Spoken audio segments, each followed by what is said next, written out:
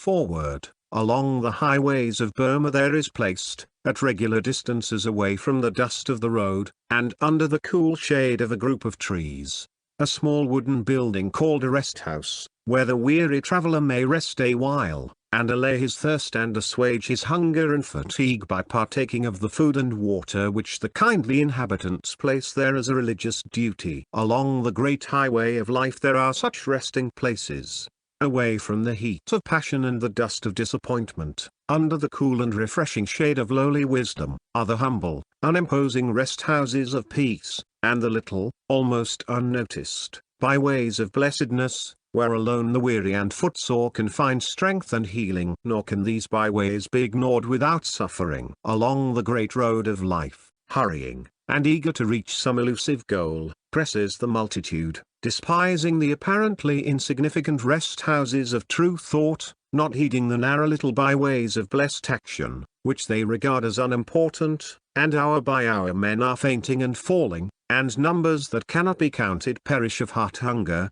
heart thirst, and heart fatigue. But he who will step aside from the passionate press, and will deign to notice and to enter the byways which are here presented, his dusty feet shall press the incomparable flowers of blessedness, his eyes be gladdened with their beauty, and his mind refreshed with their sweet perfume. Rested and sustained, he will escape the fever and the delirium of life, and, strong and happy, he will not fall fainting in the dust, nor perish by the way, but will successfully accomplish his journey. James Allen Broad Park Avenue, Ilfracombe, England, Chapter 1, Right Beginnings. All common things, each day's events, that with the hour begin and end, our pleasures and our discontents are rounds by which we may ascend. We have not wings, we cannot soar, but we have feet to scale and climb. Longfellow, for common life, its wants and ways, would I set forth in beauteous hues. Browning. Life is full of beginnings. They are presented every day and every hour to every person. Most beginnings are small, and appear trivial and insignificant, but in reality they are the most important things in life. See how in the material world everything proceeds from small beginnings. The mightiest river is at first a rivulet over which the grasshopper could leap. The great flood commences with a few drops of rain. The sturdy oak, which has endured the storms of 1,000 winters, was once an acorn, and the smouldering match, carelessly dropped, may be the means of devastating a whole town by fire. Consider, also, how in the spiritual world the greatest things proceed from smallest beginnings. A light fancy may be the inception of a wonderful invention or an immortal work of art, a spoken sentence may turn the tide of history, a pure thought entertained may lead to the exercise of a worldwide regenerative power, and a momentary animal impulse may lead to the darkest crime. Have you yet discovered the vast importance of beginnings? Do you really know what is involved in a beginning? Do you know the number of beginnings you are continuously making, and realize their full import? If not, come with me for a short time, and thoughtfully explore this much ignored byway of blessedness, for blessed it is when wisely resorted to, and much strength and comfort it holds for the understanding mind. A beginning is a cause, and as such it must be followed by an effect, or a train of effects, and the effect will always be of the same nature as the cause. The nature of an initial impulse will always determine the body of its results. A beginning also presupposes an ending, a consummation, achievement, or goal. A gate leads to a path, and the path leads to some particular destination, so, a beginning leads to results, and results lead to a completion. There are right beginnings and wrong beginnings, which are followed by effects of a like nature. You can, by careful thought, avoid wrong beginnings and make right beginnings, and so escape evil results and enjoy good results. There are beginnings over which you have no control and authority. These are without, in the universe, in the world of nature around you, and in other people who have the same liberty as yourself. Do not concern yourself with these beginnings, but direct your energies and attention to those beginnings over which you have complete control and authority, and which bring about the complicated web of results which compose your life. These beginnings are to be found in the realm of your own thoughts and actions, in your mental attitude under the variety of circumstances through which you pass, in your conduct day by day. In short, in your life as you make it, which is your world of good or ill. In aiming at the life of blessedness, one of the simplest beginnings to be considered and rightly made is that which we all make every day, namely, the beginning of each day's life. How do you begin each day? At what hour do you rise? How do you commence your duties? In what frame of mind do you enter upon the sacred life of a new day? What answer can you give your heart to these important questions? You will find that much happiness or unhappiness follows upon the right or wrong beginning of the day. And that, when every day is wisely begun, happy and harmonious sequences will mark its course, and life in its totality will not fall far short of the ideal blessedness. It is a right and strong beginning to the day to rise at an early hour. Even if your worldly duty does not demand it, it is wise to make of it a duty, and begin the day strongly by shaking off indolence. How are you to develop strength of will and mind and body if you begin every day by yielding to weakness? Self-indulgence is always followed by unhappiness. People who lie in bed till a late hour are never bright and cheerful and fresh, but are the prey of irritabilities, depressions, debilities, nervous disorders, abnormal fancies, and all unhappy moods.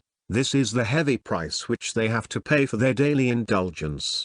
Yet so blinding is the pandering to self that, like the drunkard who takes his daily dram in the belief that it is bracing up the nerves which it is all the time shattering, so the lie abed is convinced that long hours of ease are necessary for him as a possible remedy for those very moods and weaknesses and disorders of which his indulgence is the cause. Men and women are totally unaware of the great losses which they entail by this common indulgence. Loss of strength both of mind and body, loss of prosperity, loss of knowledge, and loss of happiness. Begin the day, then, by rising early. If you have no object in doing so, never mind, get up, and go out for a gentle walk among the beauties of nature, and you will experience a buoyancy, a freshness, and a delight, not to say a peace of mind, which will amply reward you for your effort. One good effort is followed by another, and when a man begins the day by rising early, even though with no other purpose in view, he will find that the silent early hour is conducive to clearness of mind and calmness of thought, and that his early morning walk is enabling him to become a consecutive thinker, and so to see life and its problems, as well as himself and his affairs, in a clearer light, and so in time he will rise early with the express purpose of preparing and harmonizing his mind to meet any and every difficulty with wisdom and calm strength. There is, indeed, a spiritual influence in the early morning hour, a divine silence and an inexpressible repose, and he who, purposeful and strong, throws off the mantle of ease and climbs the hills to greet the morning sun will thereby climb no inconsiderable distance up the hills of blessedness and truth. The right beginning of the day will be followed by cheerfulness at the morning meal, permeating the household with a sunny influence, and the tasks and duties of the day will be undertaken in a strong and confident spirit, and the whole day will be well lived. Then there is a sense in which every day may be regarded as the beginning of a new life, in which one can think, act, and live newly, and in a wiser and better spirit. Every day is a fresh beginning. Every morning is the world made new. Ye who are weary of sorrow and sinning, here is a beautiful hope for you. A hope for me and a hope for you. Do not dwell upon the sins and mistakes of yesterday so exclusively as to have no energy and mind left for living rightly today, and do not think that the sins of yesterday can prevent you from living purely today. Begin today aright, and, aided by the accumulated experiences of all your past days, live it better than any of your previous days. But you cannot possibly live it better unless you begin it better. The character of the whole day depends upon the way it is begun. Another beginning which is of great importance is the beginning of any particular and responsible undertaking. How does a man begin the building of a house?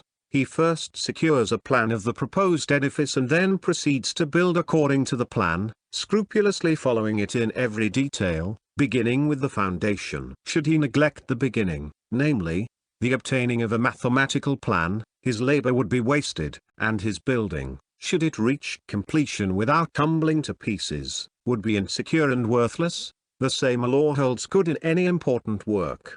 The right beginning and first essential is a definite mental plan on which to build. nature will have no slipshod work, no slovenliness, and she annihilates confusion, or rather, confusion is in itself annihilation. Order, definiteness, purpose eternally and universally prevail, and he who in his operations ignores these mathematical elements at once deprives himself of substantiality, completeness, success. Life without a plan, as useless as the moment it began, serves merely as a soil for discontent to thrive in, an encumbrance ere half spent. Let a man start in business without having in his mind a perfectly formed plan to systematically pursue, and he will be incoherent in his efforts and will fail in his business operations. The laws which must be observed in the building of a house also operate in the building up of a business. A definite plan is followed by coherent effort, and coherent effort is followed by well-knit and orderly results, to wit, completeness, perfection,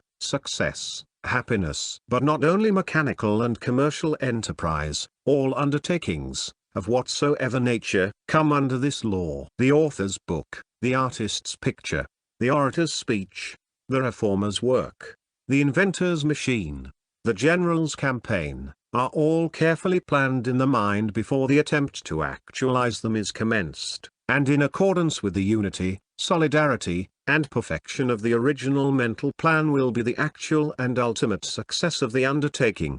Successful men, influential men, good men are those who, amongst other things, have learned the value and utilized the power which lies hidden in those obscure beginnings which the foolish man passes by as insignificant. But the most important beginning of all, that upon which affrication or blessedness inevitably depends, yet is most neglected and least understood, is the inception of thought in the hidden, but causal region of the mind. Your whole life is a series of effects having their cause in thought, in your own thought. All conduct is made and molded by thought. All deeds, good or bad, are thoughts made visible. A seed put into the ground is the beginning of a plant or tree. The seed germinates, the plant or tree comes forth into the light and evolves. A thought put into the mind is the beginning of a line of conduct. The thought first sends down its roots into the mind, and then pushes forth into the light in the forms of actions or conduct, which evolve into character and destiny. Hateful, angry, envious, covetous, and impure thoughts are wrong beginnings, which lead to painful results. Loving, gentle, kind, unselfish and pure thoughts are right beginnings, which lead to blissful results. This is so simple, so plain, so absolutely true. And yet how neglected, how evaded, and how little understood. The gardener who most carefully studies how, when, and where to put in his seeds obtains the best results and gains the greater horticultural knowledge. The best crops gladden the soul of him who makes the best beginning. The man who most patiently studies how to put into his mind the seeds of strong, wholesome, and charitable thoughts, will obtain the best results in life, and will gain greater knowledge of truth. The greatest blessedness comes to him who infuses into his mind the purest and noblest thoughts. None but right acts can follow right thoughts, none but a right life can follow right acts, and by living a right life all blessedness is achieved. He who considers the nature and import of his thoughts, who strives daily to eliminate bad thoughts and supplant them with good, comes at last to see that thoughts are the beginnings of results which affect every fiber of his being, which potently influence every event and circumstance of his life. And when he thus sees, he thinks only right thoughts, chooses to make only those mental beginnings which lead to peace and blessedness. Wrong thoughts are painful in their inception, painful in their growth, and painful in their fruitage. Right thoughts are blissful in their inception, blissful in their growth, and blissful in their fruitage. Many are the right beginnings which a man must discover and adopt on his way to wisdom, but that which is first and last, most important and all-embracing, which is the source and fountain of all abiding happiness, is the right beginning of the mental operations. This implies the steady development of self-control, will, P0 steadfastness, strength, purity, gentleness, insight, and comprehension. It leads to the perfecting of life, for he who thinks perfectly has abolished all unhappiness, his every moment is peaceful, his years are rounded with bliss, he has attained to the complete and perfect blessedness. Chapter 2, Small Tasks and Duties. Wrapped in our nearest duty is the key which shall unlock for us the heavenly gate, unveiled. The heavenly vision he shall see, who cometh not too early nor too late. Like the star that shines afar, without haste and without rest, let each man wheel with steady sway round the task that rules the day, and do his best. Goethe, as pain and bliss inevitably follow on wrong and right beginnings, so unhappiness and blessedness are inseparably bound up with small tasks and duties. Not that a duty has any power of itself to bestow happiness or the reverse. This is contained in the attitude of the mind which is assumed towards the duty, and everything depends upon the way in which it is approached and done. Not only great happiness but great power arises from doing little things unselfishly, wisely, and perfectly.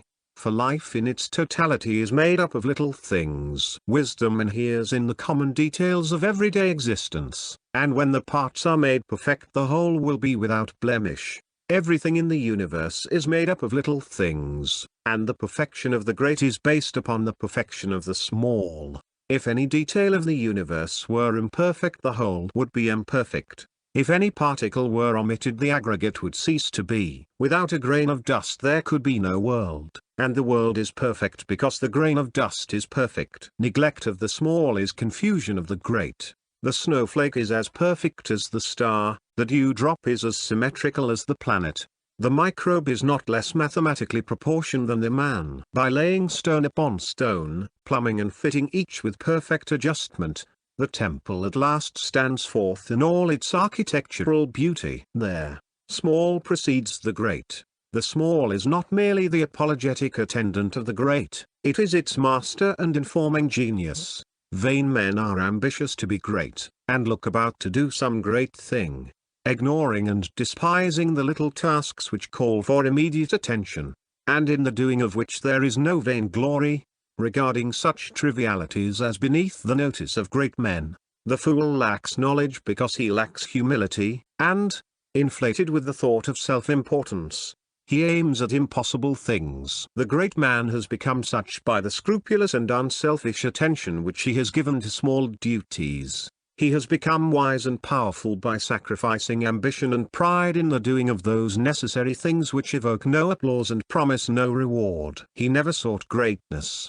He sought faithfulness, unselfishness, integrity, truth. And in finding these in the common round of small tasks and duties he unconsciously ascended to the level of greatness. The great man knows the vast value that inheres in moments, words, greetings, meals, apparel, correspondence, rest, work, detached efforts, fleeting obligations, in the 1,001 little things which press upon him for attention. Briefly, in the common details of life. He sees everything as divinely apportioned, needing only the application of dispassionate thought and action on his part to render life blessed and perfect. He neglects nothing, does not hurry, seeks to escape nothing but error and folly, attends to every duty as it is presented to him, and does not postpone and regret. By giving himself unreservedly to his nearest duty, forgetting alike pleasure and pain, he attains to that combined childlike simplicity and unconscious power which is greatness. The advice of Confucius to his disciples, "Eat at your own table as you would at the table of a king," emphasizes the immeasurable importance of little things, as also does that aphorism of another great teacher, Buddha, "If anything is to be done, let a man do it. Let him attack it vigorously." To neglect small tasks, or to execute them in a perfunctory or slovenly manner, is a mark of weakness and folly. The giving of one's entire and unselfish attention to every duty in its proper place evolves, by a natural growth, higher and ever higher combinations of duties, because it evolves power and develops talent, genius, goodness, character. A man ascends into greatness as naturally and unconsciously as the plant evolves a flower, and in the same manner, by fitting, with unabated energy and diligence, every effort and detail in its proper place, thus harmonizing his life and character without friction or waste of power. Of the almost innumerable recipes for the development of willpower and concentration which are now scattered abroad, one looks almost in vain for any wholesome hint applicable to vital experience. Breathings, postures, visualizings, occult methods are practices as delusive as they are artificial and remote from all that is real and essential in life, while the true path, the path of duty, of earnest and undivided application to one's daily task, along which alone willpower and concentration of thought can be wholesomely and normally developed, remains unknown, untrodden, unexplored even by the elect. All unnatural forcing and straining in order to gain power should be abandoned. There is no way from childhood to manhood but by growth. Nor is there any other way from folly to wisdom, from ignorance to knowledge, from weakness to strength. A man must learn how to grow little by little and day after day, by adding thought to thought, effort to effort, deed to deed. It is true the fakir gains some sort of power by his long persistence in postures and mortifications, but it is a power which is bought at a heavy price, and that price is an equal loss of strength in another direction. He is never a strong, useful character, but a mere fantastic specialist in some psychological trick. He is not a developed man, he is a maimed man. True willpower consists in overcoming the irritabilities, follies, rash impulses and moral lapses which accompany the daily life of the individual, and which are apt to manifest themselves on every slight provocation, and in developing calmness, self-possession, and dispassionate action in the press and heat of worldly duties, and in the midst of the passionate and unbalanced throng. Anything short of this is not true power,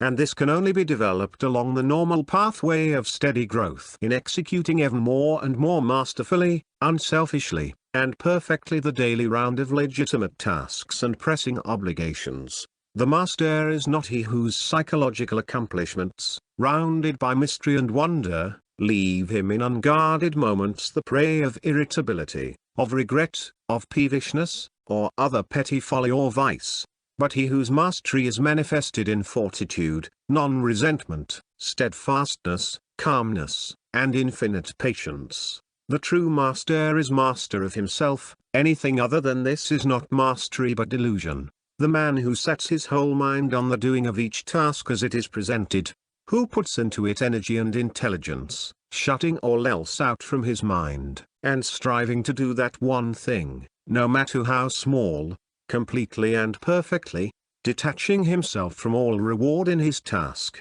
that man will every day be acquiring greater command over his mind, and will, by ever ascending degrees, become at last a man of power, a master. Put yourself unreservedly into your present task, and so work, so act, so live that you shall leave each task a finished piece of labor.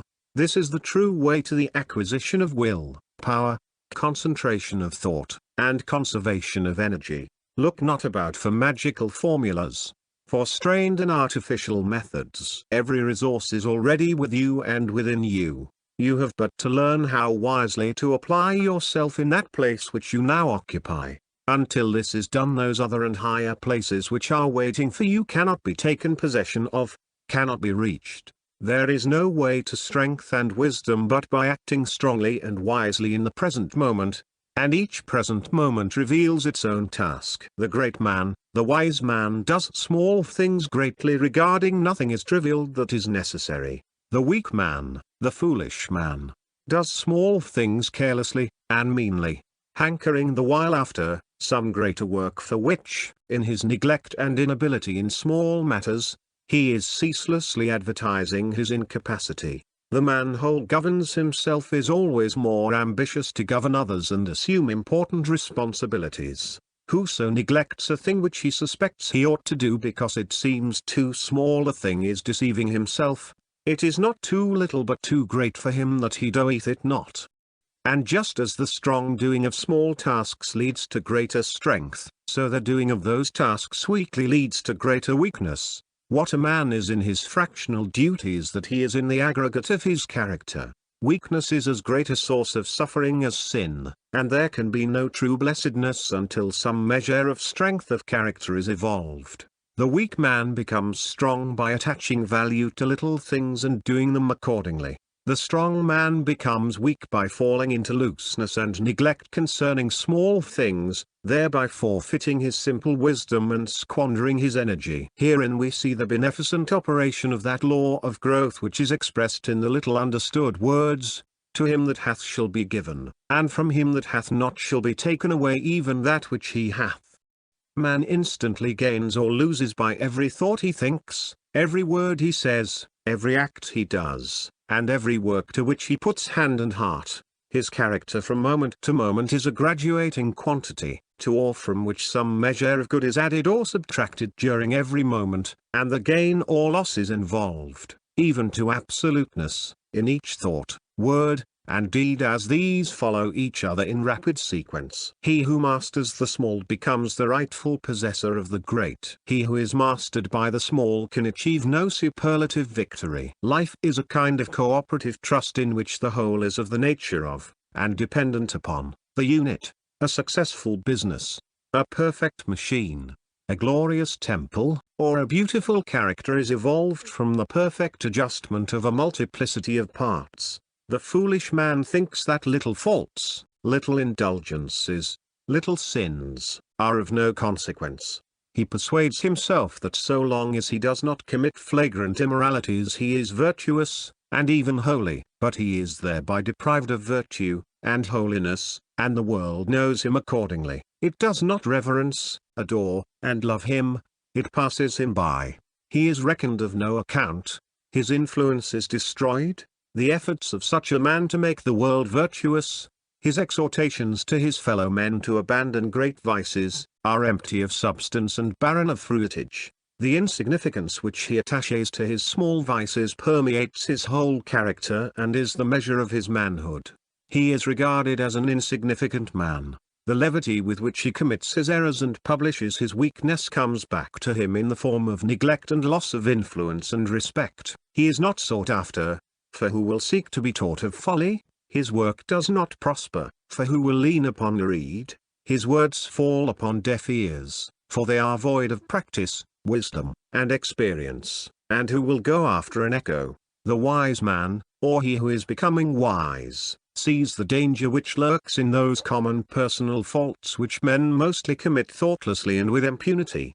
He also sees the salvation which inheres in the abandonment of those faults, as well as in the practice of virtuous thoughts and acts which the majority disregard as unimportant, and in those quiet but momentous daily conquests over self which are hidden from others' eyes. He who regards his molest delinquencies as of the gravest nature becomes a saint. He sees the far-reaching influence, good or bad, which extends from his every thought and act, and how he himself is made or unmade by the soundness or unsoundness of those innumerable details of conduct which combine to form his character and life. And so he watches, guards, purifies, and perfects himself little by little and step by step. As the ocean is composed of drops, the earth of grains, and the stars of points of light, so is life composed of thoughts and acts. Without these, life would not be. Every man's life, therefore, is what his apparently detached thoughts and acts make it. Their combination is himself. As the year consists of a given number of sequential moments, so a man's character and life consists of a given number of sequential thoughts and deeds, and the finished whole will bear the impress of the parts. All sorts of things and weather must be taken in together, to make up a year and a sphere. Little kindnesses, generosities, and sacrifices make up a kind and generous character. Little renunciations, endurances, and victories over self, make up a strong and noble character. The truly honest man is honest in the minutest details of his life. The noble man is noble in every little thing he says and does. It is a fatal delusion with men to think that life is detached from the momentary thought and act, and not to understand that the passing thought and deed is the foundation and substance of life. When this is fully understood, all things are seen as sacred, and every act becomes religious. Truth is wrapped up in infinitesimal details. Thoroughness is genius. Possessions vanish, and opinions change, and passions hold a fluctuating seat. But, by the storms of circumstance unshaken, and subject neither to eclipse nor wane. Duty exists. You do not live your life in the mass. You live it in the fragments, and from these the mass emerges. You can will to live each fragment nobly if you choose, and, this being done, there can be no particle of baseness in the finished whole. The saying "take care of the pence and the pounds will take care of themselves" is seen to be more than worldly wise when applied spiritually, for, to take care of the present, passing act, knowing that by so doing the total sum and amount of life and character will be safely preserved, is to be divinely wise. Do not long to do great and laudable things. These will do themselves if you do your present task nobly. Do not chafe at the restrictions and limitations of your present duty, but be nobly unselfish in the doing of it, putting aside discontent, listlessness, and the foolish contemplation of great deeds which lie beyond you, and lo, already the greatness for which you sighed begins to appear. There is no weakness like peevishness. Aspire to the attainment of inward nobility, not outward glory, and begin to attain it where you now are. The irksomeness and sting which you feel to be in your task are in your mind only. Alter your attitude of mind towards it, and at once the crooked path is made straight, the unhappiness is turned into joy. See that your every fleeting moment is strong, pure, and purposeful. Put earnestness and unselfishness into every passing task and duty. Make your every thought, word, and deed sweet and true, thus learning, by practice and experience, the inestimable value of the small things of life. You will gather, little by little, abundant and enduring blessedness. Chapter 3, Transcending Difficulties and Perplexities. And perplexities man who man would be must rule the empire of himself. In it must be supreme, establishing his throne on vanquished will, quelling the anarchy of hopes and fears, being himself alone. Shelley, have you missed in your aim? Well, the mark is still shining. Did you faint in the race? Well, take breath for the next. Ella Wheeler Wilcox. To suggest that any degree of blessedness may be extracted from difficulties and perplexities will doubtless appear absurd to many, but truth is ever paradoxical, and the curses of the foolish are the blessings of the wise. Difficulties arise in ignorance and weakness, and they call for the attainment of knowledge and the acquisition of the strength. As understanding is acquired by right living, difficulties become fewer, and perplexities gradually fade away, like the perishable mists which they are. Your difficulty is not contained, primarily, in the situation which gave rise to it, but in the mental state with which you regard that situation and which you bring to bear upon it. That which is difficult to a child presents no difficulty to the matured mind of the man, and that which to the mind of an unintelligent man is surrounded with perplexity would afford no ground for perplexity to an intelligent man. To the untutored and undeveloped mind of the child how great, and apparently insurmountable, appear the difficulties which are involved in the learning of some simple lesson.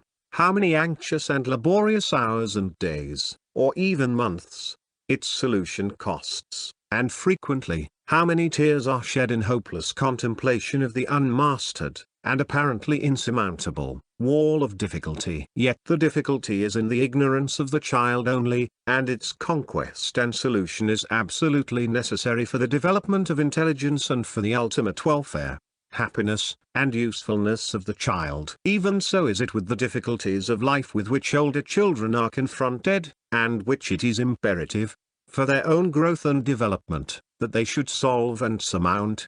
And each difficulty solved means so much more experience gained, so much more insight and wisdom acquired. It means a valuable lesson learned, with the added gladness and freedom of a task successfully accomplished. What is the real nature of a difficulty? Is it not a situation which is not fully grasped and understood in all its bearings? As such, it calls for the development and exercise of a deeper insight and broader intelligence than has hitherto been exercised. It is an urgent necessity calling forth unused energy, and demanding the expression and employment of latent power and hidden resources. It is, therefore, a good angel, albeit disguised, a friend, a teacher, and, when calmly listened to and rightly understood, leads to larger blessedness and higher wisdom. Without difficulties there could be no progress, no unfoldment, no evolution. Universal stagnation would prevail, and humanity would perish of ennui.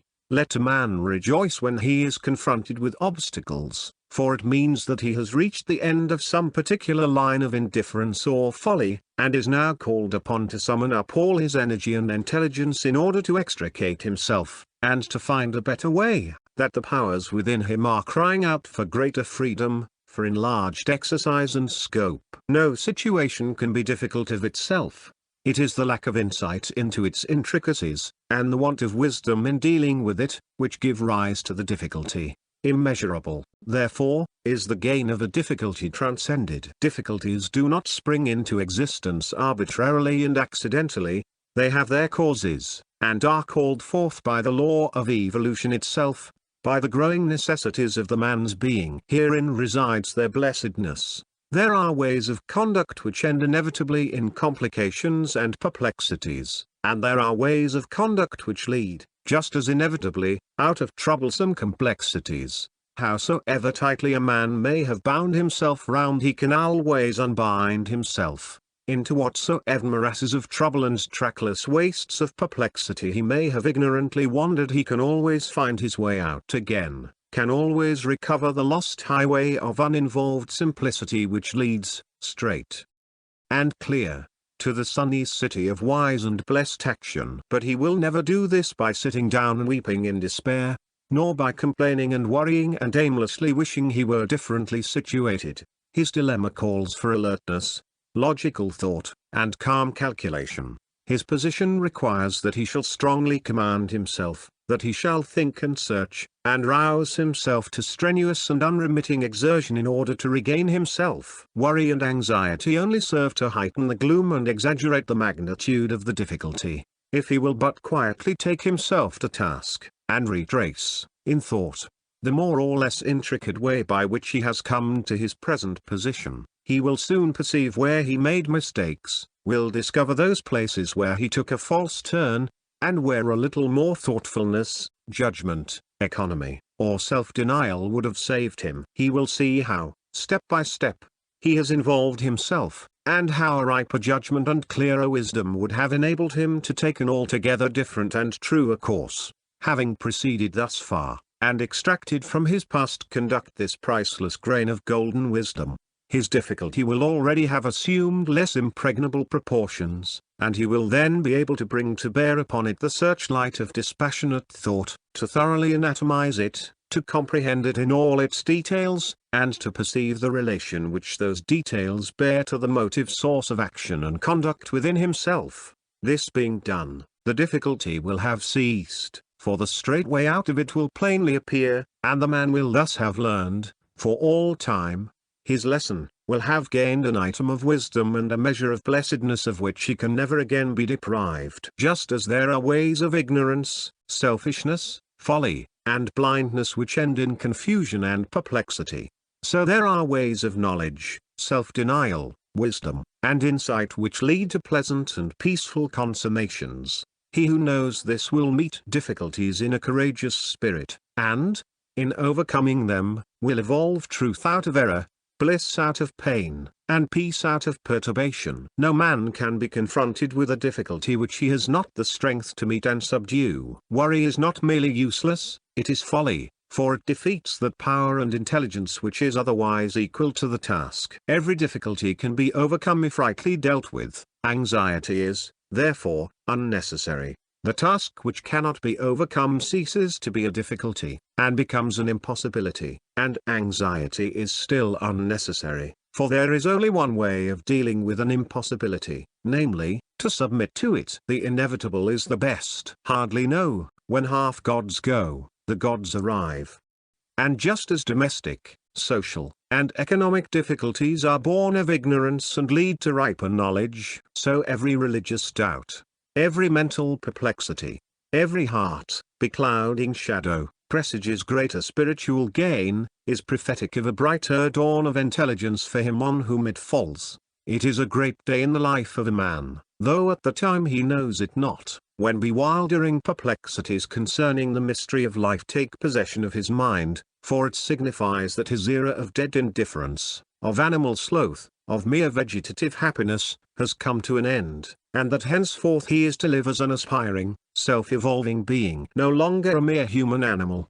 He will now begin to live as a man, exerting all his mental energies to the solution of life's problems, to the answering of those haunting perplexities which are the sentinels of truth, and which stand at the gate and threshold of the temple of wisdom. He it is who, when great trials come, nor seeks nor shuns them, but doth calmly stay.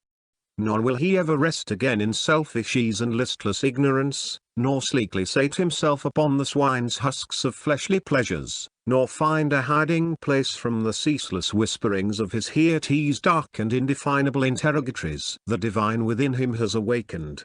A sleeping God is shaking off the incoherent visions of the night, never again to slumber, never again to rest until his eyes rest upon the full, broad day of truth. It is impossible for such a man to hush, for any length of time, the call to higher purposes and achievements which is aroused within him, for the awakened faculties of his being will ceaselessly urge him on to the unraveling of his perplexities. For him there is no more peace in sin, no more rest in error, no final refuge but in wisdom.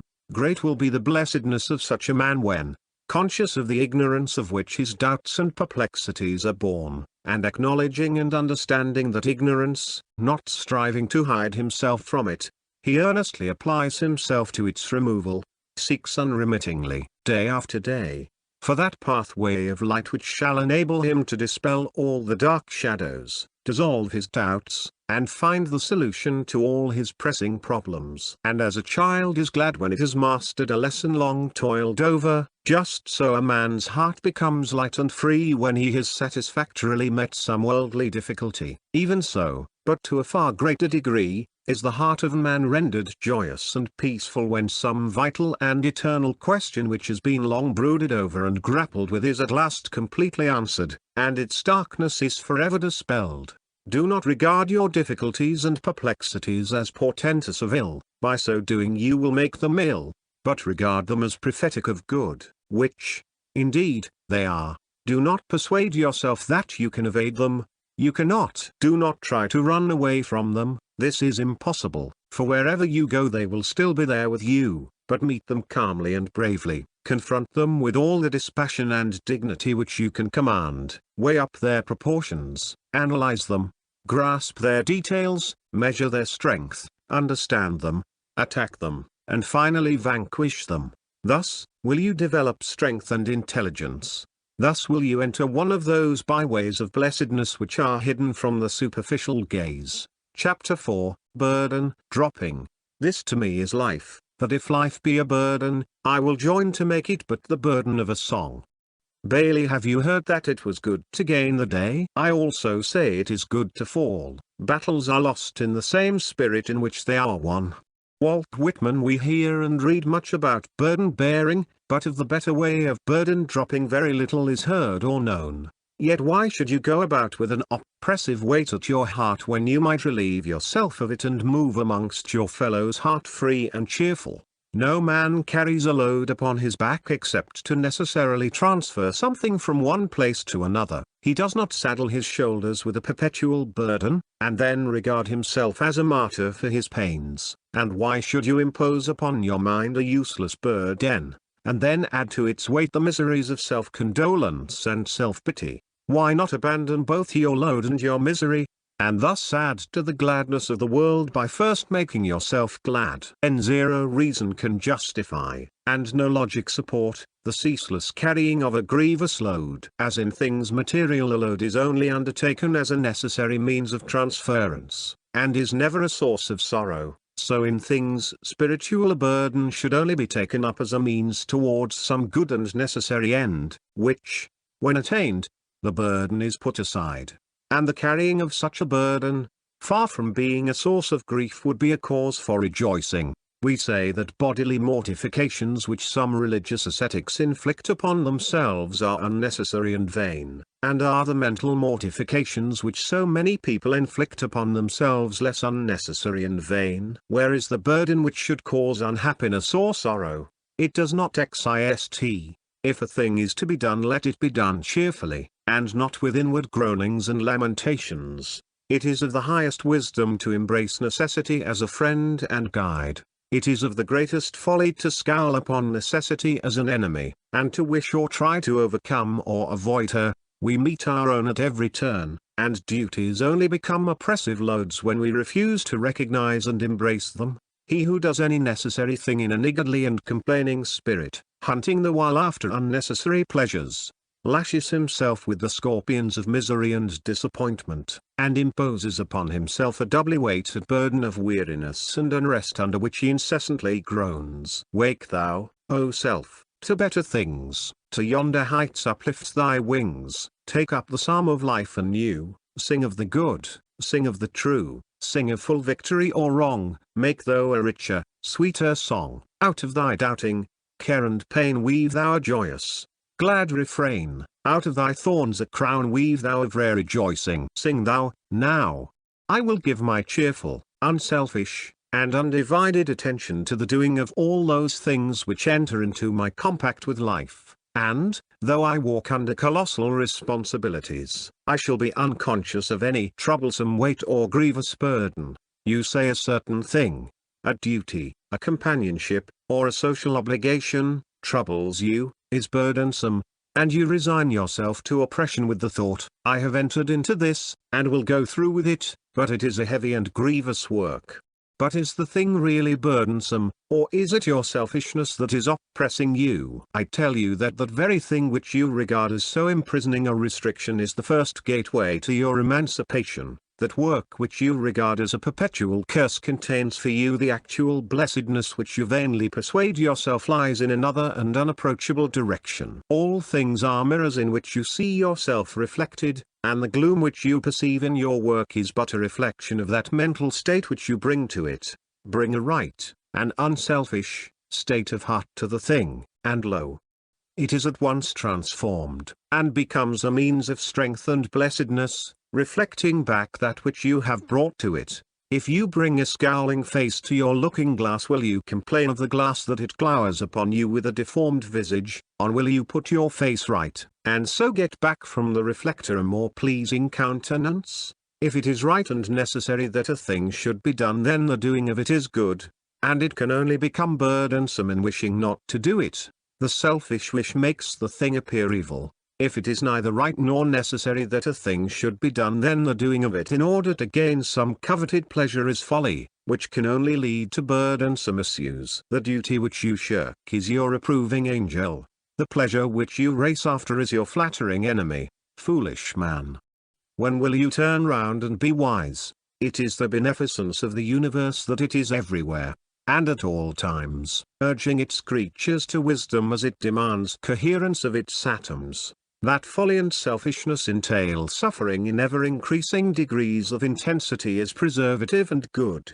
For agony is the enemy of apathy and the herald of wisdom. What is painful? What is grievous? What is burdensome? Passion is painful. Folly is grievous. Selfishness is burdensome. It is the dark idolatry of self which, when our thoughts and actions once are done, demands that man should weep, and bleed, and groan. Eliminate passion, folly and selfishness from your mind and conduct, and you will eliminate suffering from your life. Burden dropping consists in abandoning the inward selfishness and putting pure love in its place. Go to your task with love in your heart, and you will go to it light-hearted and cheerful. The mind, through ignorance, creates its own burdens and inflicts its own punishments. No one is doomed to carry any load. Sorrow is not arbitrarily imposed. These things are self-made. Reason is the rightful monarch of the mind, and anarchy reigns in his spiritual kingdom when his throne is usurped by passion. When love of pleasure is to the fore, heaviness and anguish compose the rear. You are free to choose. Even if you are bound by passion, and feel helpless, you have bound yourself, and are not helpless. Where you have bound you can unbind. You have come to your present state by degrees, and you can recover yourself by degrees, can reinstate reason and dethrone passion. The time to avoid evil is before pleasure is embraced, but, once embraced, its train of consequences should teach you wisdom. The time to decide is before responsibilities are adopted, but, once adopted, all selfish considerations, with their attendant grumblings, whining, and complaining, should be religiously excluded from the heart. Responsibilities lose their weight when carried lovingly and wisely. What heavy burden is a man weighted with which is not made heavier and more unendurable by weak thoughts of selfish desires? If your circumstances are trying, it is because you need them and can evolve the strength to meet them. They are trying because there is some weak spot within you, and they will continue to be trying until that spot is eradicated. Be glad that you have the opportunity of becoming stronger and wiser. No circumstances can be trying to wisdom. Nothing can weary love. Stop brooding over your own trying circumstances and contemplate the lives of some of those about you. Here is a woman with a large family who has to make ends meet on £1 a week. She performs all her domestic duties, down to the washing, finds time to attend on sick neighbors, and manages to keep entirely out of the two common quagmires, debt and despondency. She is cheerful from morning to night, and never complains of her trying circumstances. She is perennially cheerful because she is unselfish. She is happy in the thought that she is the means of happiness to others. Were she to brood upon the holidays, the pretty baubles, the lazy hours of which she is deprived, of the plays she cannot see, the music she cannot hear, the books she cannot read, the parties she cannot attend, the good she might do, the friendships she is debarred from forming, of the many pleasures which might only be hers if her circumstances were more favorable, if she brooded thus, what a miserable creature she would be! How unbearably laborious her work would become! How every little domestic duty would hang like a millstone about her neck, dragging her down to the grave which, unless she altered her state of mind, she would quickly reach, killed by selfishness. But, not living in vain desires for herself, she is relieved of all burdens, and is happy. Cheerfulness and unselfishness are sworn friends. Love knows no heavy toil. Here is another woman, with a private income which is more than sufficient, combined with leisure and luxury, yet, because she is called upon to forfeit a portion of her time, pleasure, and money to discharge some obligation which she wishes to be rid of, and which should be to her a work of loving service, or fostering in her heart some ungratified desire, she is perpetually discontented and unhappy, and complains of trying circumstances. Discontent and selfishness are inseparable companions. Self-love knows no joyful labor. Of the two sets of circumstances above depicted, and life is crowded with such contrasted instances, which are the trying conditions, is it not true that neither of them are trying, and that both are blessed or unblessed in accordance with the measure of love or selfishness which is infused into them? Is not the root of the whole matter in the mind of the individual and not in the circumstance? When a man, who has recently taken up the study of some branch of theology, religion, or occultism, says, "If I had not burdened myself with a wife and family I could have done a great work, and had I known years ago what I know now I would never have married," I know that that man has not yet found the commonest and broadest way of wisdom, for there is no greater folly than regret, and that he is incapable of the great work which he is so ambitious to perform. If a man has such deep love for his fellow men that he is anxious to do a great work for humanity, he will manifest that surpassing love always and in the place where he now is. His home will be filled with it, and the beauty and sweetness and peace of his unselfish love will follow wherever he goes, making happy those about him and transmuting all things into good. The love that goes abroad to air itself, and is undiscoverable at home, is not love, it is vanity. Have I not seen, oh, pitiful sight, the cheerless home and neglected children of the misguided missionary and religionist? It is on such self-delusion as this that self-pity and self-martyrdom ever wait, and its self-inflicted misery is regarded by the deluded one as a holy and religious burden which he or she is called upon to bear. Only a great man can do a great work, and he will be great wherever he is, and will do his noble work under whatsoever conditions he may find himself when he has unfolded and revealed that work. Thou who art so anxious to work for humanity, to help thy fellow men, begin that work at home, help thyself, thy neighbor, thy wife, thy child. Do not be deluded, until thou doest, with utmost faithfulness, the nearer and the lesser thou canst not do the farther and greater. If a man has lived many years of his life in lust and selfish pleasure, it is in the order of things that his accumulated errors should at last weigh heavily upon him, as, until they are thus brought home to him, he will not abandon them, will not exert himself to find a better life. But whilst he regards his self-made, self-imposed burdens as holy crosses imposed upon him by the Supreme, or as marks of superior virtue, or as loads which fate, circumstances, or other people have heaped undeservedly and unjustly upon him, he is but lengthening out his folly, increasing the weight of his burdens, and multiplying his pains and sorrows. Only when such a man wakes up to the truth that his burdens are of his own making, that they are the accumulated effects of his own acts, will he cease from unmanly self-pity and find the better way of burden dropping. Only when he opens his eyes to see that his every thought and act is another brick, another stone, built into the temple of his life, will he develop the insight which will enable him to recognize his own unstable handiwork, the unflinching manliness to acknowledge it, and the courage to build more nobly and enduringly. Painful burdens are necessary, but only so long as we lack love and wisdom.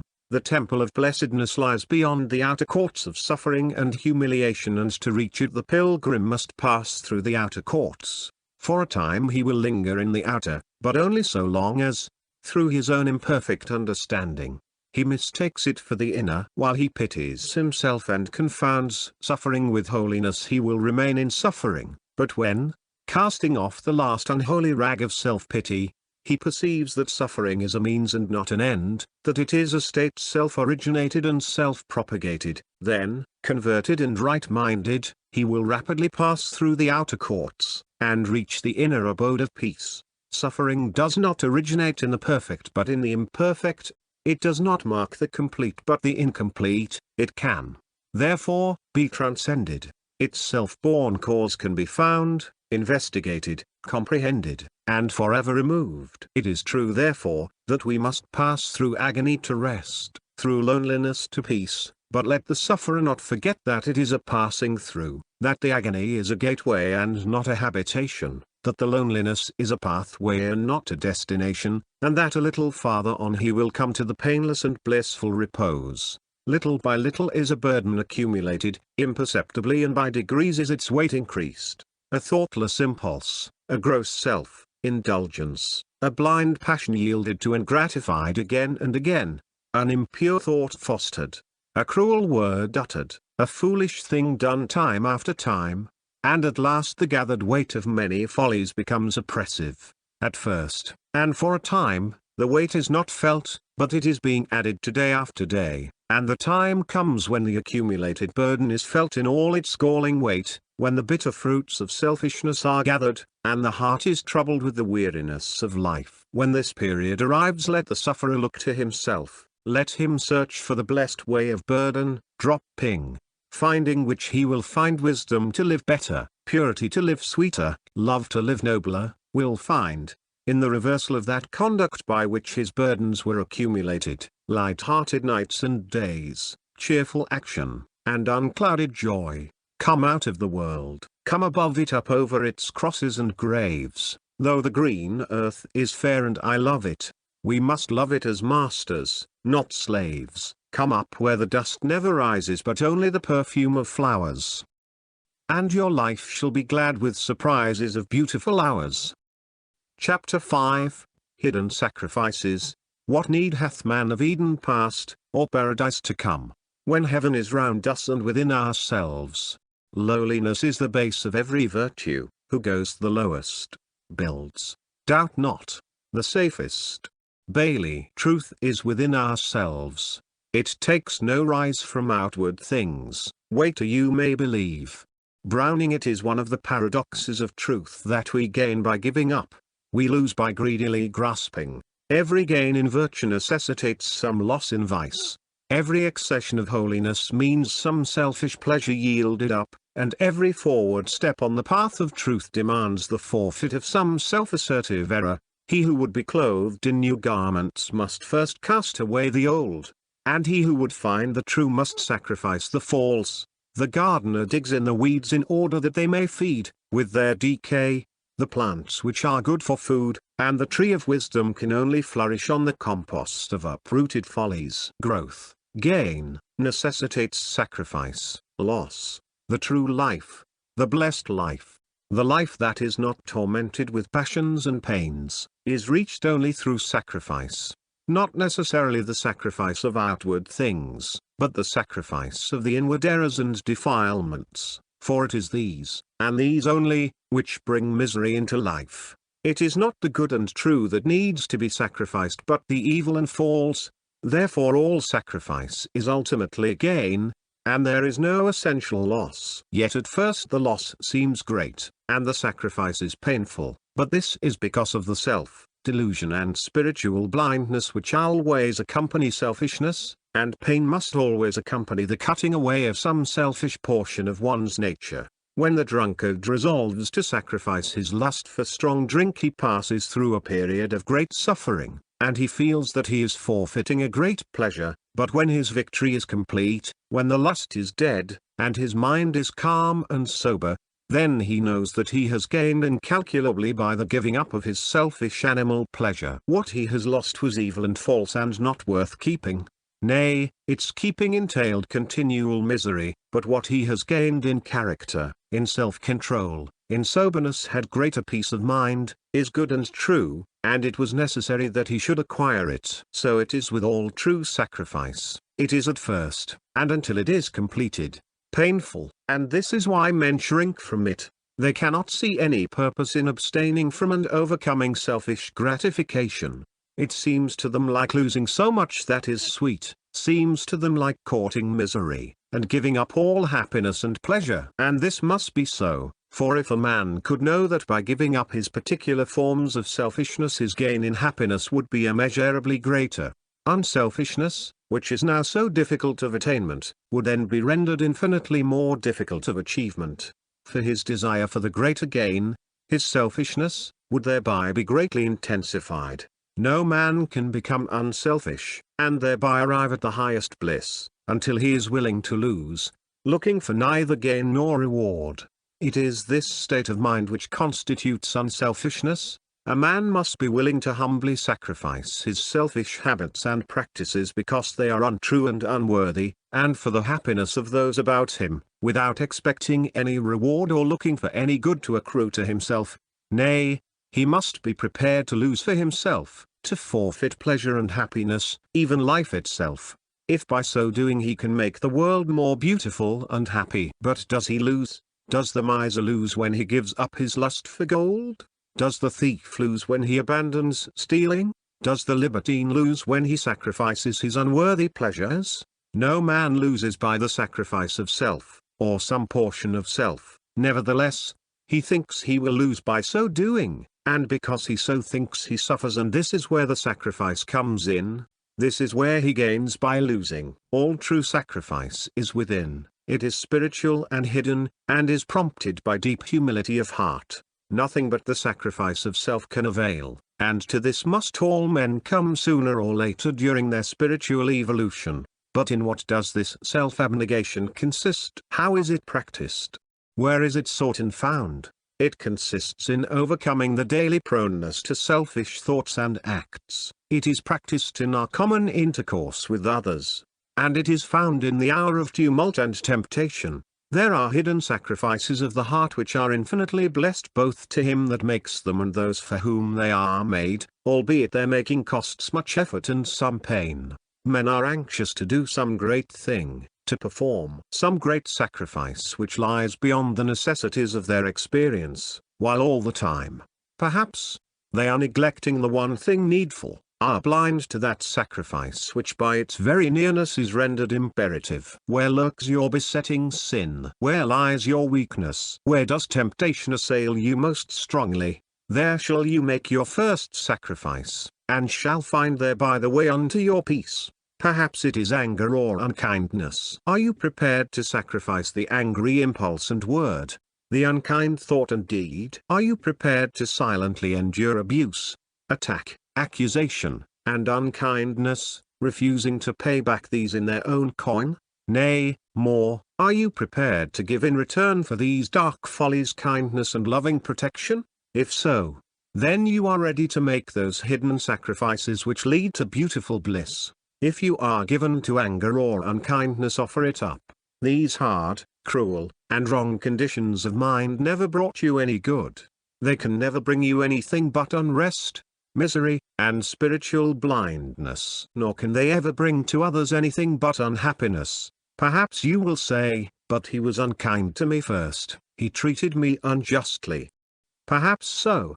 But what a poor excuse is this! What an unmanly and ineffectual refuge! For if his unkindness toward you is so wrong and hurtful, yours to him must be equally so. Because another is unkind to you is no justification of your own unkindness, but is rather a call for the exercise of great kindness on your part. Can the pouring in of more water prevent a flood? Neither can unkindness lessen unkindness. Can fire quench fire? Neither can anger overcome anger. Offer up all unkindness, all anger. It takes two to make a quarrel, don't be the other one. If one is angry or unkind to you, try to find out where you have acted wrongly, and, whether you have acted wrongly or not. Do not throw back the angry word or unkind act. Remain silent, self-contained, and kindly disposed, and learn, by continual effort in right doing, to have compassion upon the wrongdoer. Perhaps you are habitually impatient and irritable. Know, then, the hidden sacrifice which it is needful that you should make. Give up your impatience. Overcome it there where it is wont to assert itself. Resolve that you will yield no longer to its tyrannical sway but will conquer it and cast it out. It is not worth keeping a single hour, nor would it dominate you for another moment if you were not laboring under the delusion that the follies and perversities of others render impatience on your part necessary. Whatever others may do or say, even though they may mock and taunt you, impatience is not only unnecessary, it can never do any other than aggravate the evil which it seeks to remove. Calm, strong, and deliberate action can accomplish much. But impatience and its accompanying irritability are always indications of weakness and inefficiency. And what do they bestow upon you? Do they bestow rest, peace, happiness, or bring these to those about you? Do they not, rather, make you and those about you wretched? But though your impatience may hurt others, it certainly hurts and wounds and impoverishes yourself most of all. Nor can the impatient man know aught of true blessedness, for he is continual source of trouble and unrest to himself. The calm beauty and perpetual sweetness of patience are unknown to him, and peace cannot draw near to soothe and comfort him. There is no blessedness anywhere until impatience is sacrificed, and its sacrifice means the development of endurance, the practice of forbearance, and the creation of a new and gentler habit of mind. When impatience and irritability are entirely put away, are finally offered up on the altar of unselfishness, then is realized and enjoyed the blessedness of a strong, quiet, and peaceful mind. Each hour we think of others more than self, that hour we live again, and every lowly sacrifice we make for others' good shall make life more than self, and hope the windows of thy soul to light from higher spheres. So hail thy lot with joy.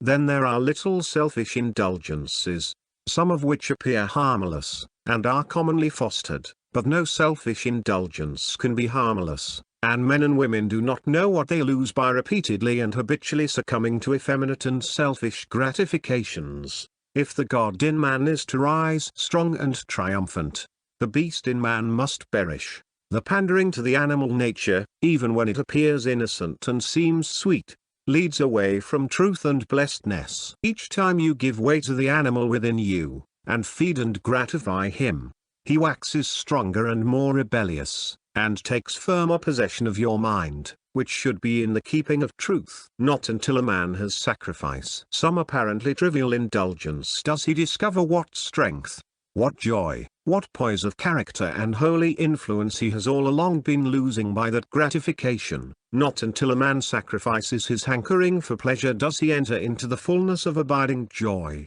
By his personal indulgences a man means himself, forfeits self-respect to the extent and frequency of his indulgence, and deprives himself of exemplary influence and the power to accomplish lasting good in his work in the world. He also, by allowing himself to be led by blind desire, increases his mental blindness, and fails of that ultimate clearness of vision, that clarified percipience which pierces to the heart of things and comprehends the real and the true. Animal indulgence is alien to the perception of truth.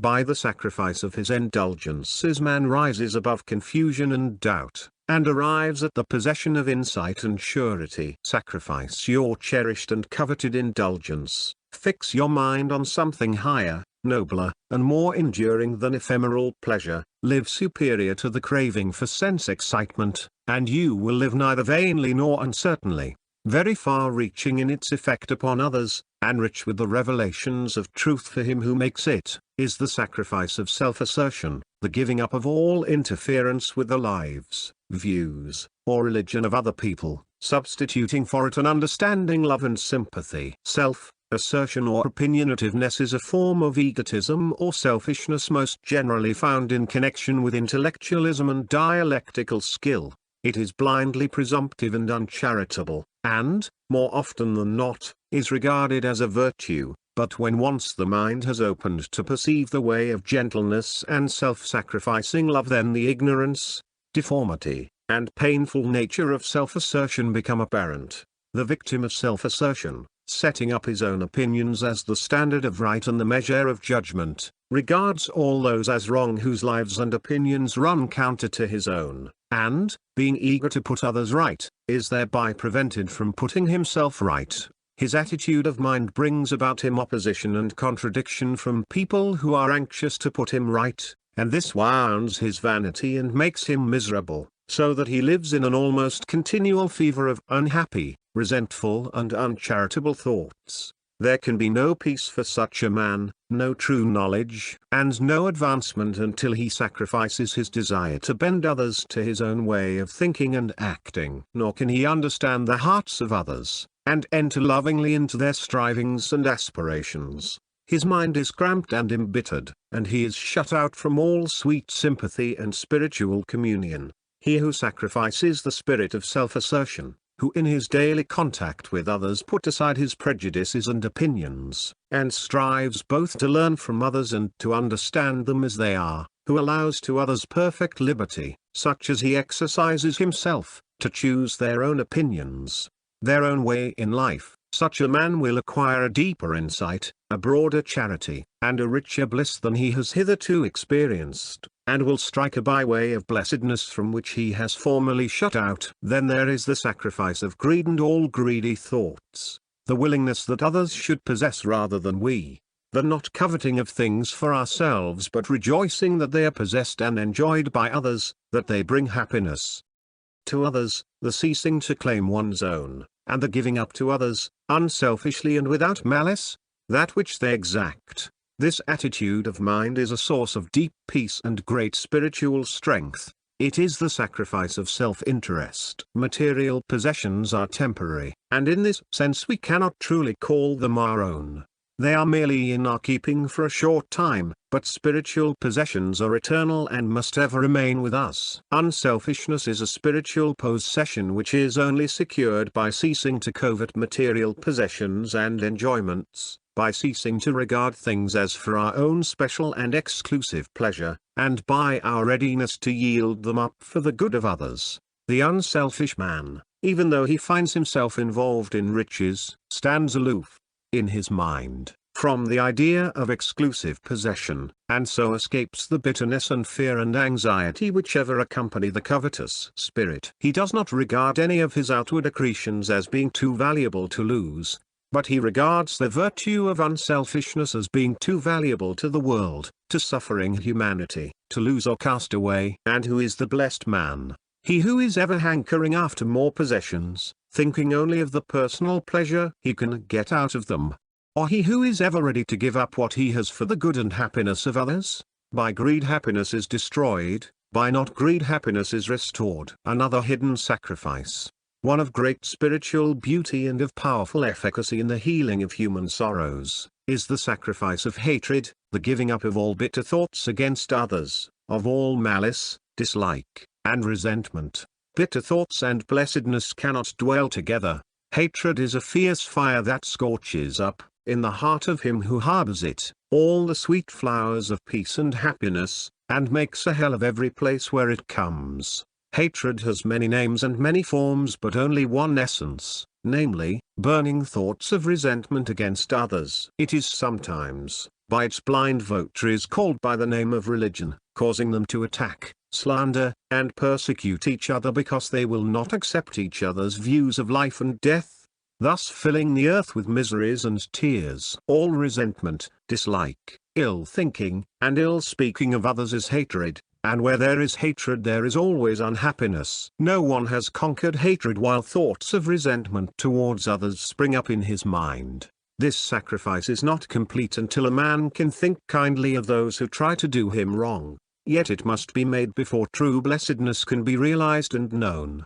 Beyond the hard, cruel, steely gates of hatred waits the divine angel of love, ready to reveal herself to him who will subdue and sacrifice his hateful thoughts, and conduct him to his peace. Whatever others may say of you, whatever they may do to you, never take offense. Do not return hatred with hatred. If another hates you, perhaps you have, consciously or unconsciously, failed somewhere in your conduct, or there may be some misunderstanding which the exercise of a little gentleness and reason may remove, but, under all circumstances, Father, forgive them is infinitely better, sweeter, and nobler than I will have nothing more to do with them. Hatred is so small and poor, so blind and wretched. Love is so great and rich, so far-seeing and blissful. The highest culture is to speak no ill. The best reformer is the man whose eyes are quick to see all beauty and all worth, and by his own discreet, well-ordered life alone reproves the erring. Sacrifice all hatred, slay it upon the holy altar of devotion, devotion to others. Think no more of any injury to your own petty self, but see to it that henceforth you injure and wound no other. Open the floodgates of your heart for the inpouring of that sweet, great, beautiful love which embraces all with strong yet tender thoughts of protection and peace, leaving not one, nay, not even he who hates or despises or slanders you, out in the cold. Then there is the hidden sacrifice of impure desires, of weak self-pity and degrading self-praise, of vanity and pride. For these are unblessed attitudes of mind, deformities of heart. He who makes them, one by one, gradually subduing and overcoming them, will, according to the measure of his success, rise above weakness and suffering and sorrow, and will comprehend and enjoy the perfect and imperishable blessedness. Now, all these hidden sacrifices which are here mentioned are pure, humble heart offerings. They are made within, are offered up on the sacred, lonely, unseen altar of one's own heart. Not one of them can be made until the fault is first silently acknowledged and confessed. No man can sacrifice an error until he first of all confess to himself, I am in error. When, yielding it up, he will perceive and receive the truth which his error formerly obscured. The kingdom of heaven cometh not by observation, and the silent sacrifice of self for the good of others, the daily giving up of one's egotistic tendencies, is not seen and rewarded of men, and brings no loud blazon of popularity and praise. It is hidden away from the eyes of all the world, nay, even from the gaze of those who are nearest to you, for no eyes of flesh can perceive its spiritual beauty. But think not that because it is unperceived it is therefore futile. Its blissful radiance is enjoyed by you, and its power for good over others is great and far-reaching. For though they cannot see it, nor, perhaps understand it, yet they are unconsciously influenced by it. They will not know what silent battles you are fighting, what eternal victories over self you are achieving, but, they will feel your altered attitude, your new mind, wrought of the fabric of love and loving thoughts, and will share somewhat in its happiness and bliss. They will know nothing of the frequent fierceness of the fight you are waging, of the wounds you receive and the healing balm you apply, of the anguish and the after-peace, but they will know that you have grown sweeter and gentler, stronger and more silently self-reliant, more patient and pure, and that they are rested and helped by your presence. What rewards can compare with this? Beside the fragrant offices of love, the praises of men are gross and fulsome, and in the pure flame of a selfless heart the flatteries of the world are turned to ashes. Love is its own reward, its own joy, its own satisfaction. It is the final refuge and resting place of passion-tortured souls, the sacrifice of self, and the acquisition of the supreme knowledge and bliss which it confers, is not accomplished by one great and glorious act but by a series of lesser and successive sacrifices in the ordinary life of the world, by a succession of steps in the daily conquest of truth over selfishness. He who each day accomplishes some victory over himself, who subdues and puts behind him some unkind thought, some impure desire, some tendency to sin, is every day growing stronger, purer, and wiser, and every dawn finds him nearer to that final glory of truth which each self-sacrificing act reveals in part. Look not outside thee nor beyond thee for the light and blessedness of truth, but look within. Thou wilt find it within the narrow sphere of thy duty, even in the humble and hidden sacrifices of thine own heart. Chapter 6, Sympathy. When thy gaze turns it on thine own soul, be most severe, but when it falls upon a fellow man let kindliness control it, and refrain from that belittling censure that springs forth from common lips like weeds from marshy soil. Ella Wheeler Wilcox. I do not ask the wounded person how he feels, I myself become the wounded person. Walt Whitman. We can only sympathize with others insofar as we have conquered ourselves. We cannot think and feel for others while we are engaged in condoling with and pitying ourselves, cannot deal tenderly and lovingly with others while we are anxious for our own preeminence or for the exclusive preservation of ourselves, our opinions, and our own generally. What is sympathy but thoughtfulness for others in the forgetfulness of self? To sympathize with others we must first understand them, and to understand them we must put away all personal preconceptions concerning them, and must see them as they are.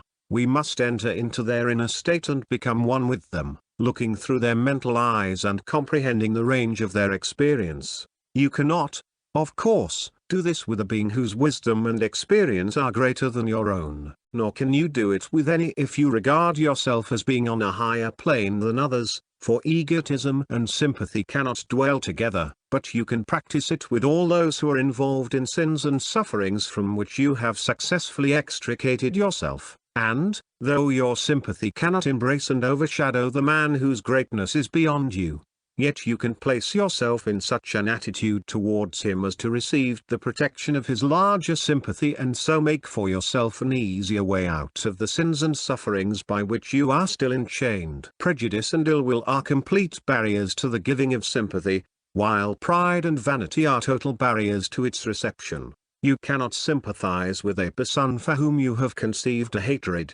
You cannot enjoy the sympathy of one whom you envy. You cannot understand the person whom you dislike, or he for whom, through animal impulse, you have framed an ill-formed affection. You do not, cannot, see him as he is, but see only your own imperfect notions of him. See only a distorted image of him through the exaggerating medium of your ill-grounded opinions. To see others as they are you must not allow impulsive likes and dislikes, powerful prejudices, or egotistic considerations to come between you and them. You must not resent their actions or condemn their beliefs and opinions. You must leave yourself entirely out, and must, for the time being, assume their position. Only in this way can you become en rapport with them, and so fathom their life, their experience, and understand it, and when a man is understood it becomes impossible to condemn him.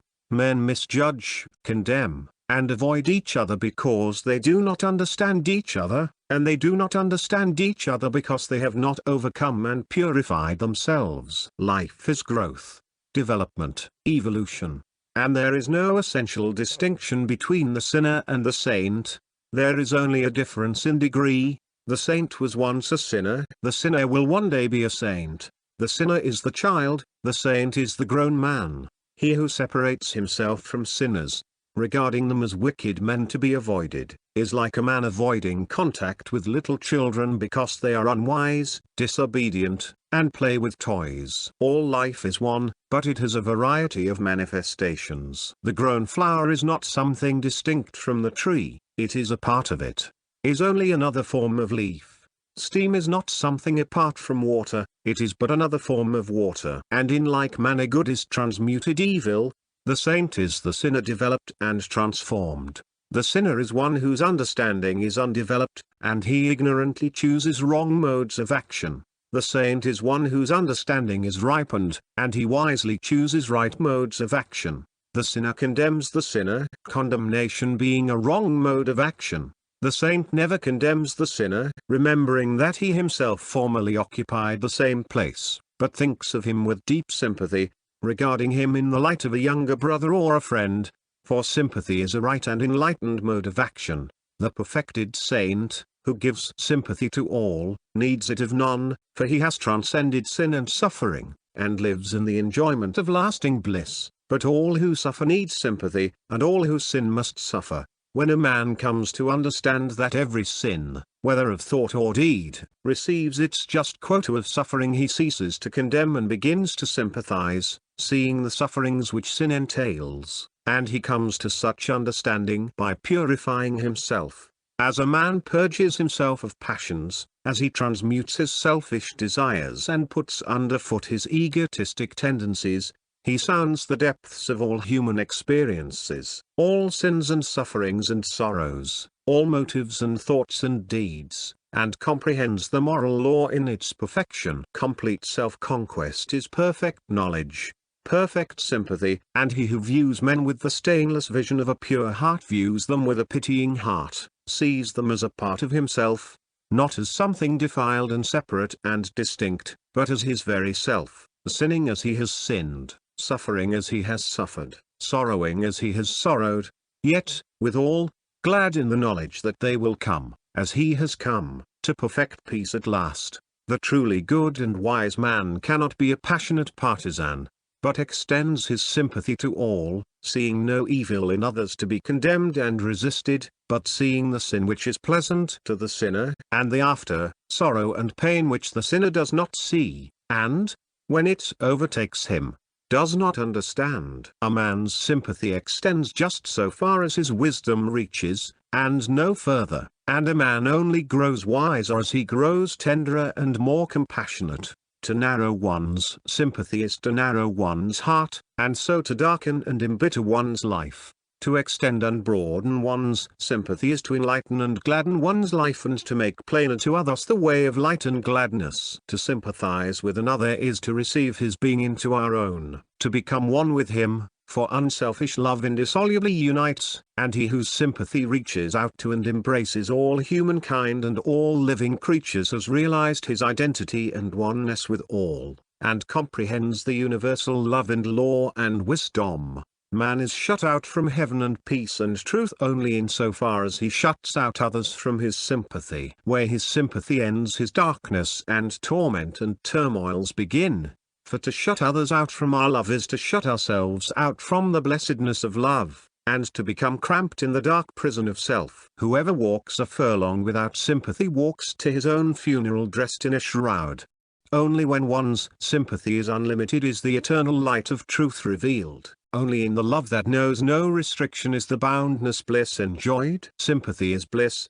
In it is revealed the highest, purest blessedness. It is divine, for in its reciprocal light all thought of self is lost, and there remains only the pure joy of oneness with others, the ineffable communion of spiritual identity. Where a man ceases to sympathize, he ceases to live, ceases to see and realize and know. One cannot truly sympathize with others until all selfish considerations concerning them are put away, and he who does this and strives to see others as they are, strives to realize their particular sins, temptations, and sorrows, their beliefs, opinions, and prejudices, comes at last to see exactly where they stand in their spiritual evolution, comprehends the arc of their experience, and knows that they cannot for the present act otherwise than they do. He sees that their thoughts and acts are prompted by the extent of their knowledge, or their lack of knowledge, and that if they act blindly and foolishly it is because their knowledge and experience are immature, and they can only come to act more wisely by gradual growth into more enlightened states of mind. He also sees that though this growth can be encouraged, helped, and stimulated by the influence of a riper example, by seasonable words and well-timed instruction, it cannot be unnaturally forced. The flowers of love and wisdom must have time to grow, and the barren branches of hatred and folly cannot be all cut away at once. Such a man finds the doorway into the inner world of those with whom he comes in contact, and he opens it and enters in and dwells with them in the hidden and sacred sanctuary of their being. And he finds nothing to hate, nothing to revile, nothing to condemn in that sacred place, but something to love and tend, and, in his own heart, room only for greater pity, greater patience, greater love. He sees that he is one with them, that they are but another aspect of himself, that their natures are not different from his own, except in modification and degree, but are identical with it. If they are acting out certain sinful tendencies, he has but to look within to find the same tendencies in himself, albeit, perhaps, restrained or purified. If they are manifesting certain holy and divine qualities, he finds the same pure spirit within himself, though, perhaps, in a lesser degree of power and development. One touch of nature makes the whole world kin. The sin of one is the sin of all. The virtue of one is the virtue of all. No man can be separate from another. There is no difference of nature but only difference of condition. If a man thinks he is separated from another by virtue of his superior holiness, he is not so separated, and his darkness and delusion are very great. Humanity is one, and in the holy sanctuary of sympathy saint and sinner meet and unite. It is said of Jesus that he took upon himself the sins of the whole world. That is, he identified himself with those sins, and did not regard himself as essentially separate from sinners but as being of a like nature with them. And his realization of his oneness with all men was manifested in his life as profound sympathy with those who, for their deep sins, were avoided and cast off by others. And who is it that is in the greatest need of sympathy? Not the saint, not the enlightened seer, not the perfect man. It is the sinner, the unenlightened man, the imperfect one. And the greater the sin, the greater is the need. I came not to call the righteous but sinners to repentance is the statement of one who comprehended all human needs. The righteous man does not need your sympathy, but the unrighteous, he who, by his wrong doing, is laying up for himself long periods of suffering and woe, is in need of it. The flagrantly unrighteous man is condemned, despised, and avoided by those who are living in a similar condition to himself. Though for the time being, they may not be subject to his particular form of sin, for that withholding of sympathy and that mutual condemnation which are so rife is the commonest manifestation of that lack of understanding in which all sin takes its rise. While a man is involved in sin, he will condemn others who are likewise involved, and the deeper and greater his sin, the more severe will be his condemnation of others. It is only when a man begins to sorrow for his sin, and so to rise above it into the clearer light of purity and understanding, that he ceases from condemning others and learns to sympathize with them.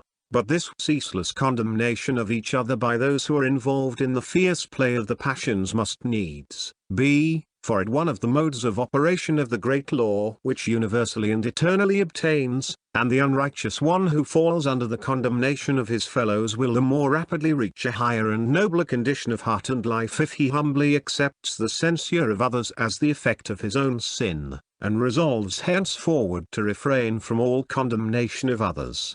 The truly good and wise man condemns none. Having put away all blind passion and selfishness, he lives in the calm regions of love and peace, and understands all modes of sin, with their consequent sufferings and sorrows. Enlightened and awakened, freed from all selfish bias, and seeing men as they are, his heart responds in holy sympathy with all. Should any condemn, abuse, or slander him, he throws around them the kindly protection of his sympathy, seeing the ignorance which prompts them so to act. and knowing that they alone will suffer for their wrong acts. Learn, by self-conquest and the acquisition of wisdom, to love him whom you now condemn, to sympathize with those who condemn you. Turn your eyes away from their condemnation and search your own heart, to find, perchance, some hard, unkind, or wrong thoughts which, when discovered and understood, you will condemn yourself. Much that is commonly called sympathy is personal affection. To love them who love us is human bias and inclination, but to love them who do not love us is divine sympathy. Sympathy is needed because of the prevalence of suffering. For there is no being or creature who has not suffered. Through suffering sympathy is evolved. Not in a year or a life or an age is the human heart purified and softened by suffering, but after many lives of intermittent pain, after many ages of ever-recurring sorrow, man reaps the golden harvest of his experiences, and garners in the rich, ripe sheaves of love and wisdom. And then he understands, and understanding, he sympathizes. All suffering is the result of ignorantly violated law.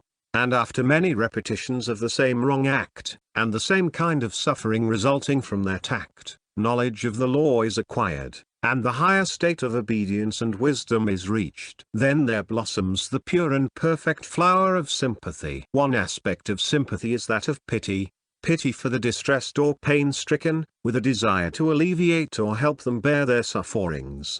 The world needs more of this divine quality, for pity makes the world soft to the weak, and noble for the strong.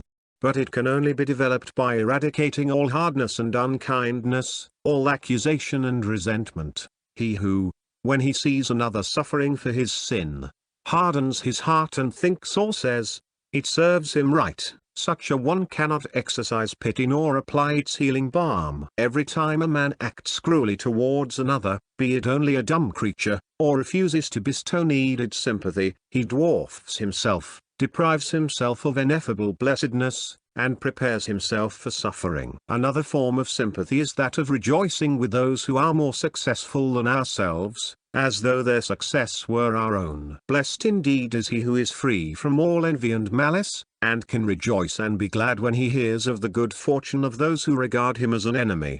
The protecting of creatures weaker and more indefensible than oneself is another form in which this divine sympathy is manifested. The helpless frailty of the dumb creation calls for the exercise of the deepest sympathy.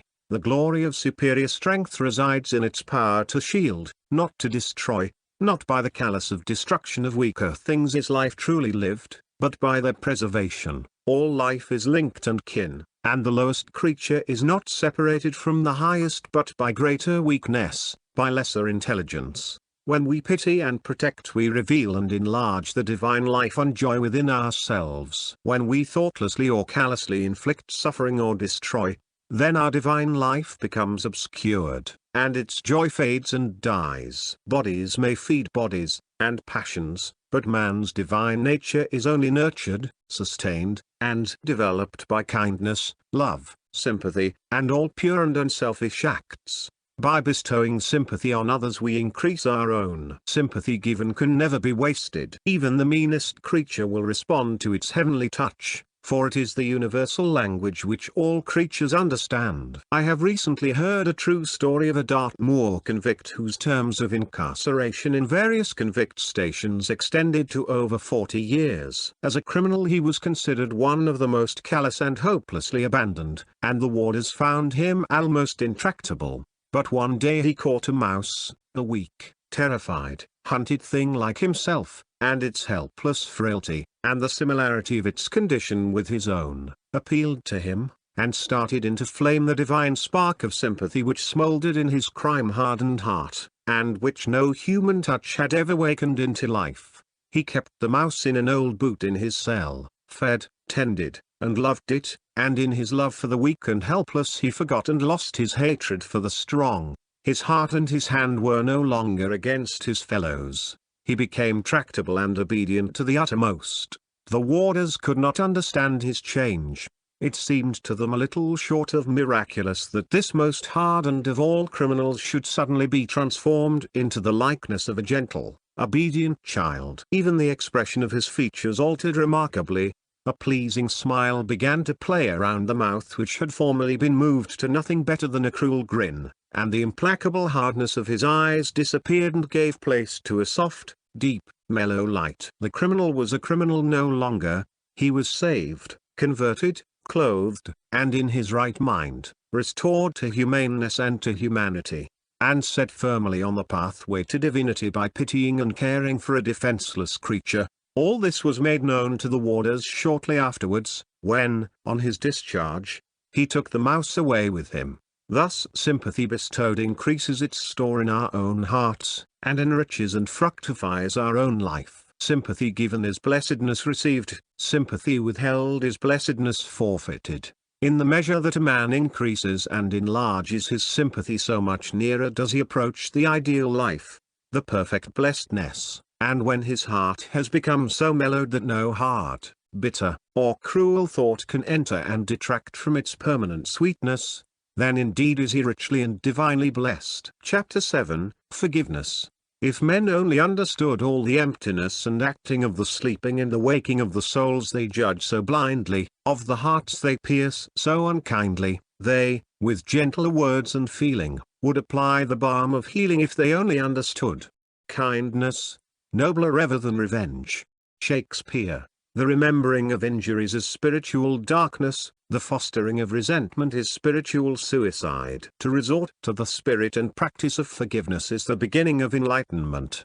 It is also the beginning of peace and happiness. There is no rest for him who broods over slights and injuries and wrongs, no quiet repose of mind for him who feels that he has been unjustly treated, and who schemes how best to act for the discomfiture of his enemy. How can happiness dwell in a heart that is so disturbed by ill will? Do birds resort to a burning bush wherein to build and sing? Neither can happiness inhabit in that breast that is aflame with burning thoughts of resentment. Nor can wisdom come and dwell where such folly resides. Revenge seems sweet only to the mind that is unacquainted with the spirit of forgiveness, but when the sweetness of forgiveness is tasted, then the extreme bitterness of revenge is known. Revenge seems to lead to happiness to those who are involved in the darkness of passion, but when the violence of passion is abandoned, and the mildness of forgiveness is restored to, then it is seen that revenge leads to suffering. Revenge is a virus which eats into the very vitals of the mind, and poisons the entire spiritual being. Resentment is a mental fever which burns up the whole energies of the mind, and taking offense is a form of moral sickness which saps the healthy flow of kindliness and goodwill, and from which men and women should seek to be delivered.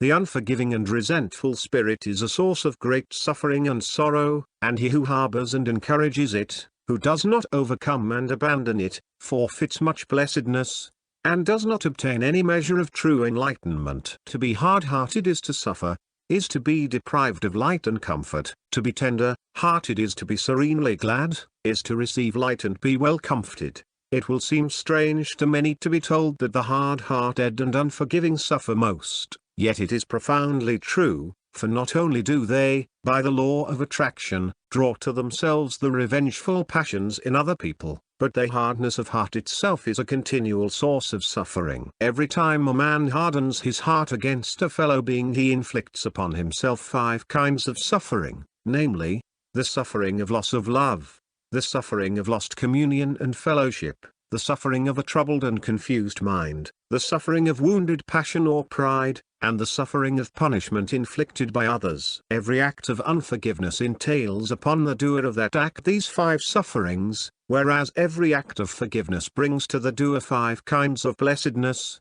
the blessedness of love, the blessedness of increased communion and fellowship, the blessedness of a calm and peaceful mind, the blessedness of passion stilled and pride overcome, and the blessedness and kindness and goodwill bestowed by others. Numbers of people are today suffering the fiery torments of an unforgiving spirit, and only when they make an effort to overcome that spirit can they know what a cruel and exacting taskmaster they are serving. Only those who have abandoned the service of such a master for that of the nobler master of forgiveness can realize and know how grievous a service is the one, how sweet the other. Let a man contemplate the strife of the world, how individuals and communities, neighbors and nations, live in continual retaliations towards each other. Let him realize the heartaches, the bitter tears, the grievous partings and misunderstandings, yea, even the bloodshed and woe which spring from that strife, and, thus realizing,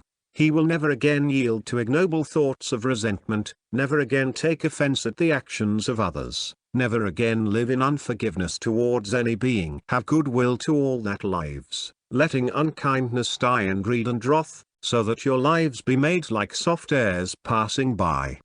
When a man abandons retaliation for forgiveness, he passes from darkness to light. So dark and ignorant is unforgiveness that no being who is at all wise or enlightened could descend to it.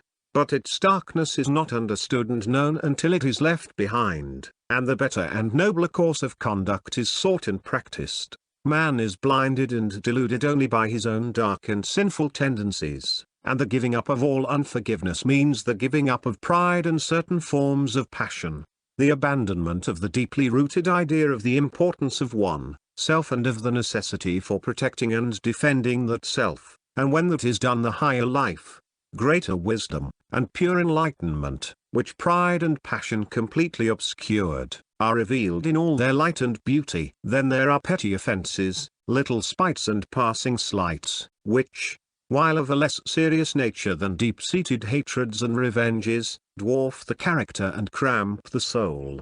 They are due to the sin of self and self-importance and thrive on vanity. Whosoever is blinded and deluded by vanity will continually see something in the actions and the attitudes of others towards him at which to take offense, and the more there is of vanity, the more greatly will the imaginary slight or wrong be exaggerated.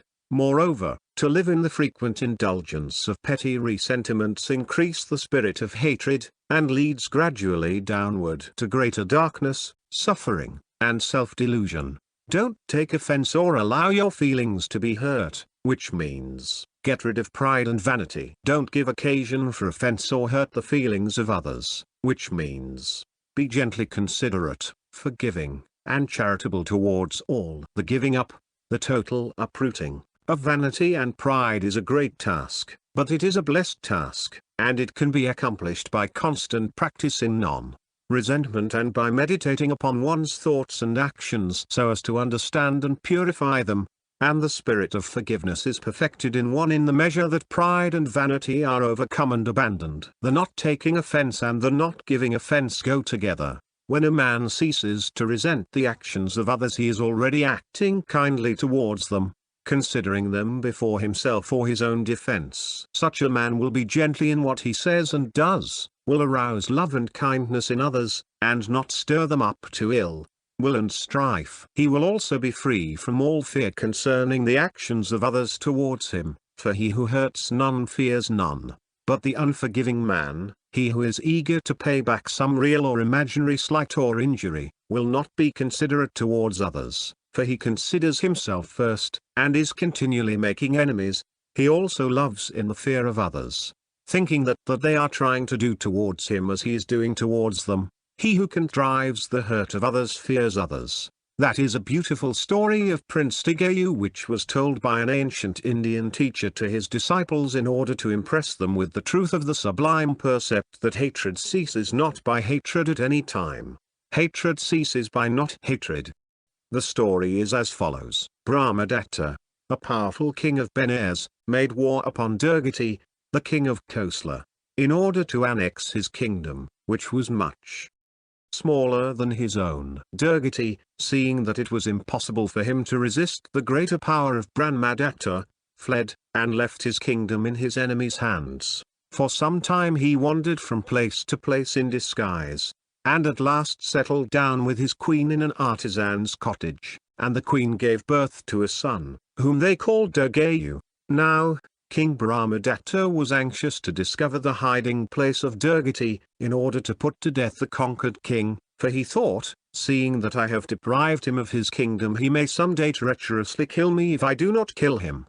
But many years passed away, and Durgati devoted himself to the education of his son, who by diligent application, became learned and skillful and wise. And after a time Durgati's secret became known, and he, fearing that Brahmadatta would discover him and slay all three, and thinking more of the life of his son than his own, sent away the prince. Soon after the exile king fell into the hands of Brahmadatta, and was, along with his queen, executed. Now Brahmadatta thought, I have got rid of Durgati and his queen, but their son Prince Durgayu lives, and he will be sure to contrive some means of effecting my assassination, yet he is unknown to any, and I have no means of discovering him. So the king lived in great fear and continual distress of mind. Soon after the execution of his parents, Durgayu, under an assumed name, sought employment in the king's stables, and was engaged by the master of elephants. Durgayu quickly endeared himself to all, and his superior abilities came at last under the notice of the king, who had the young man brought before him, and was so charmed with him that he employed him in his own castle, and he proved to be so able and diligent that the king shortly placed him in a position of great trust under himself. One day the king went on long hunting expeditions, and became separated from his retinue, Durgayu alone remaining with him. And the king, being fatigued with his exertions, lay down, and slept with his head in Durgayu's lap. Then Durgayu thought, this king has greatly wronged me. He robbed my father of his kingdom, and slew my parents, and he is now entirely in my power. And he drew his sword, thinking to slay Brahmadatta, but, remembering how his father had taught him never to seek revenge but to forgive to the uttermost, he sheathed his sword. At last the king awoke out of a disturbed sleep, and the youth inquired of him why he looked so frightened. My sleep, said the king, is always restless, for I frequently dream that I am in the power of young Durgayu and that he is alone to slay me. While lying here I again dream that with greater vividness than ever before, and it has filled me with dread and terror. Then the youth, drawing his sword, said, I am Prince Durgayu, and you are in my power. The time of vengeance has arrived. Then the king fell upon his knees and begged Durgayu to spare his life. And Durgayu said, it is you, O king, who must spare my life. For many years you have wished to find me in order that you might kill me, and, now that you have found me, let me beg of you to grant me my life. And there and then did Brahmadatta and Durgayu grant each other life, took hands, and solemnly vowed never to harm each other. And so overcome was the king by the noble and forgiving spirit of Durgayu that he gave him his daughter in marriage, and restored to him his father's kingdom.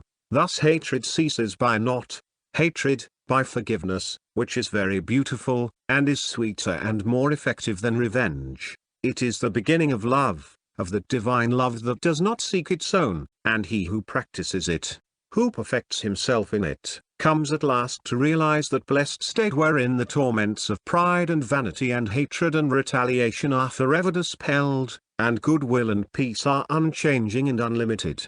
In that state of calm, silent bliss, even forgiveness passes away, and is no longer needed, for he who has reached it sees no evil to resent but only ignorance and delusion on which to have compassion, and forgiveness is only needed so long as there is any tendency to resent, retaliate, and take offense. Equal love towards all is the perfect law, the perfect state in which all lesser states find their completion.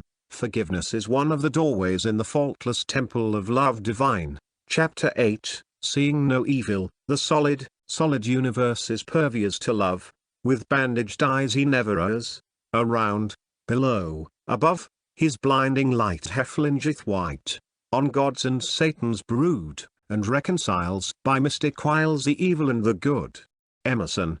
If thou thinkest evil, be thou sure thine acts will bear the shadow of the stain, and if thy thought be perfect, then thy deed will be as of the perfect, true, and pure.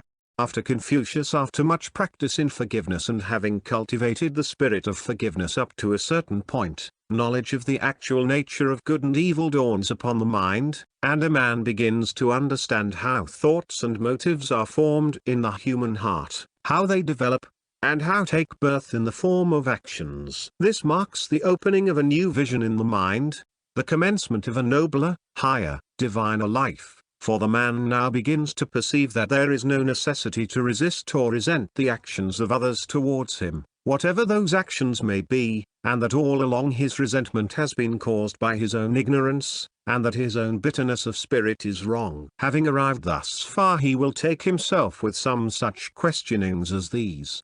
Why this continual retaliation and forgiveness? Why this tormenting anger against another and then this repentance and forgiveness? Is not forgiveness the taking back of one's anger, the giving up of one's resentment? And if anger and resentment are good and necessary, why repent of them and give them up? If it is so beautiful, so sweet, so peaceful to get rid of all feelings of bitterness and to utterly and wholly forgive, would it not be still more beautiful and sweet and peaceful never to grow bitter at all, never to know anger, never to resent as evil the action of another, but always to live in the experience of that pure, calm, blissful love which is known when an act of forgiveness is done, and all unruly passion towards another is put away? If another has done me wrong, is not my hatred towards him wrong, and can one wrong right another?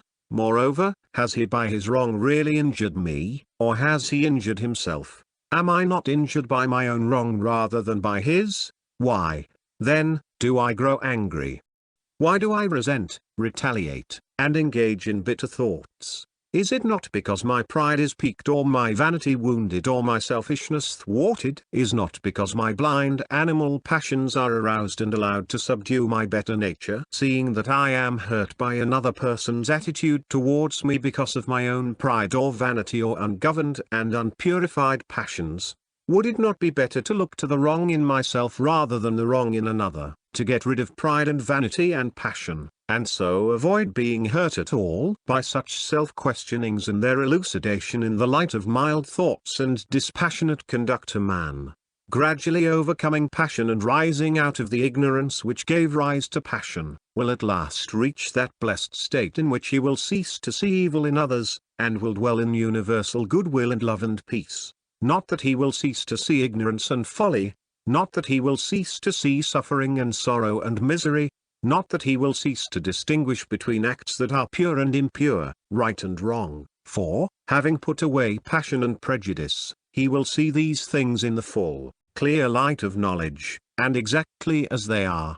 But he will cease to see anything, any evil power, in another which can do him injury, which he must violently oppose and strive to crush, and against which he must guard himself. Having arrived at right understanding of evil by purging it away from his own heart, he sees that it is a thing that does not call for hatred and fear and resentment, but for consideration, compassion, and love. Shakespeare, through one of his characters, says, "There is no darkness but ignorance. All evil is ignorance, is dense darkness of mind, and the removal of sin from one's mind is a coming out of darkness into spiritual light. Evil is the negation of good, just as darkness is the negation, or absence of light. And what is there in a negation to arouse anger or resentment? When night settles down upon the world, who is so foolish as to rail at the darkness? The enlightened man, likewise, does not accuse or condemn the spiritual darkness in men's hearts which is manifested in the form of sin, though by gentle reproof he may sometimes point out where the light lies. Now the ignorance to which I refer as evil, or as the source of evil, is two-fold. There is wrongdoing which is committed without any knowledge of good and evil, and where there is no choice, this is unconscious wrongdoing. Then there is wrongdoing which is done in the knowledge that it ought not to be done. This is conscious wrongdoing. But both unconscious and conscious wrongdoing arise in ignorance, that is, ignorance of the real nature and painful consequences of the wrongdoing. Why does a man continue to do certain things which he feels he ought not to do? If he knows that what he is doing is wrong, where lies the ignorance? He continues to do those things because his knowledge of them is incomplete. He only knows he ought not to do them by certain precepts without and qualms of conscience within, but he does not fully and completely understand what he is doing. He knows that certain acts bring him immediate pleasure, and so, in spite of the troubled conscience which follows that pleasure, he continues to commit them. He is convinced that the pleasure is good and desirable, and therefore to be enjoyed. He does not know that pleasure and pain are one, but thinks he can have the one without the other. He has no knowledge of the law which governs human actions, and never thinks of associating his sufferings with his own wrongdoing, but believes that they are caused by the wrongdoing of others or are the mysterious dispensations of Providence, and therefore not to be inquired into or understood. He is seeking happiness, and does those things which he believes will bring him most enjoyment. but he acts in entire ignorance of the hidden and inevitable consequences which attach to his actions. Said a man to me once who was the victim of a bad habit, "I know the habit is a bad one, and that it does me more harm than good." I said, "If you know that what you are doing is bad and harmful, why do you continue to do it?" And he replied, "Because it is pleasant, and I like it." This man, of course, did not really know that his habit was bad. He had been told that it was, and he thought he knew or believed it was, but in reality he thought it was good, that it was conducive to his happiness and well-being, and therefore he continued to practice it. When a man knows by experience that a thing is bad, and that every time he does it he injures his body or mind, or both, when his knowledge of that thing is so complete that he is acquainted with its whole train of baneful effects, then he cannot only not do it any longer, he cannot even desire to do it. And even the pleasure that was formerly in that thing becomes painful. No man would put a venomous snake in his pocket because it is prettily colored. He knows that a deadly sting lurks in those beautiful markings. Nor, when a man knows the unavoidable pain and hurt which lie hidden in wrong thoughts and acts, does he continue to think and commit them. Even the immediate pleasure which formerly he greedily sought is gone from them. Their surface attractiveness has vanished. He is no longer ignorant concerning their true nature, he sees them as they are. I knew a young man who was in business, and although a member of a church, and occupying the position of voluntary religious instructor, he told me that it was absolutely necessary to practice lying and deception in business. Otherwise sure and certain ruin would follow. He said he knew lying was wrong, but while he remained in business he must continue to do it. Upon questioning him I found, of course, that he had never tried truth and honesty in his business, had not even thought of trying the better way, so firmly convinced was he that it was not possible for him to know whether or not it would be productive or ruin. Now, did this young man know that lying was wrong? There was a perceptual sense only in which he knew, but there was a deeper and more real sense in which he did not know. He had been taught to regard lying as wrong, and his conscience bore out that teaching, but he believed that it brought to him profit, prosperity and happiness, and that honesty would bring him loss, poverty, and misery. In a word, he regarded lying, deep in his heart, as the right thing to do, and honesty as the wrong practice. He had no knowledge whatever of the real nature of the act of lying, how it is, on the instant of its committal, loss of character, loss of self-respect, loss of power, usefulness, and influence, and loss of blessedness, and how it unerringly leads to loss of reputation and loss of material profit and prosperity. Only when such a man begins to consider happiness of others, prefers to embrace the loss which he fears rather than clutch at the gain which he desires, will he obtain that real knowledge which lofty moral conduct alone can reveal. And then, experiencing the greater blessedness, he will see how, all along, he has been deceiving and defrauding himself rather than others, has been living in darkest ignorance and self-delusion. These two common instances of wrongdoing will serve to illustrate and make plainer, to those of my readers who, while searching for truth, are as yet doubtful, uncertain, and confused, the deep truth that all sin, or evil, is a condition of ignorance and therefore to be dealt with in a loving and not a hateful spirit. And as with bad habits and lying, so with all sin, with lust, hatred, malice, envy, pride, vanity, self-indulgence and selfishness in all its forms. It is a state of spiritual darkness, the absence of the light of truth in the heart, the negation of knowledge. Thus when, by overcoming the wrong condition in one's own heart, the nature of evil is fully realized and mere belief gives place to living knowledge, evil can no longer be hatefully condemned and violently resisted, and the wrongdoer is thought of with tender compassion. And this brings us to another aspect of evil, namely, that of individual freedom, the right of every person to choose his own actions. Along with the seeing of evil in others is the desire to convert or coerce others into one's own ways of thinking and acting. Probably the commonest delusion in which men are involved is that of thinking that what they themselves believe and think and do is good, and all that is otherwise is evil, and therefore to be powerfully condemned and resisted. It is out of this delusion that all persecutions springs. There are Christians who regard all atheists as men wholly evil, as given up to the service of an evil power. And there are atheists who firmly believe that all Christians are doing the greatest harm to the whole human race by their superstitious and false doctrines.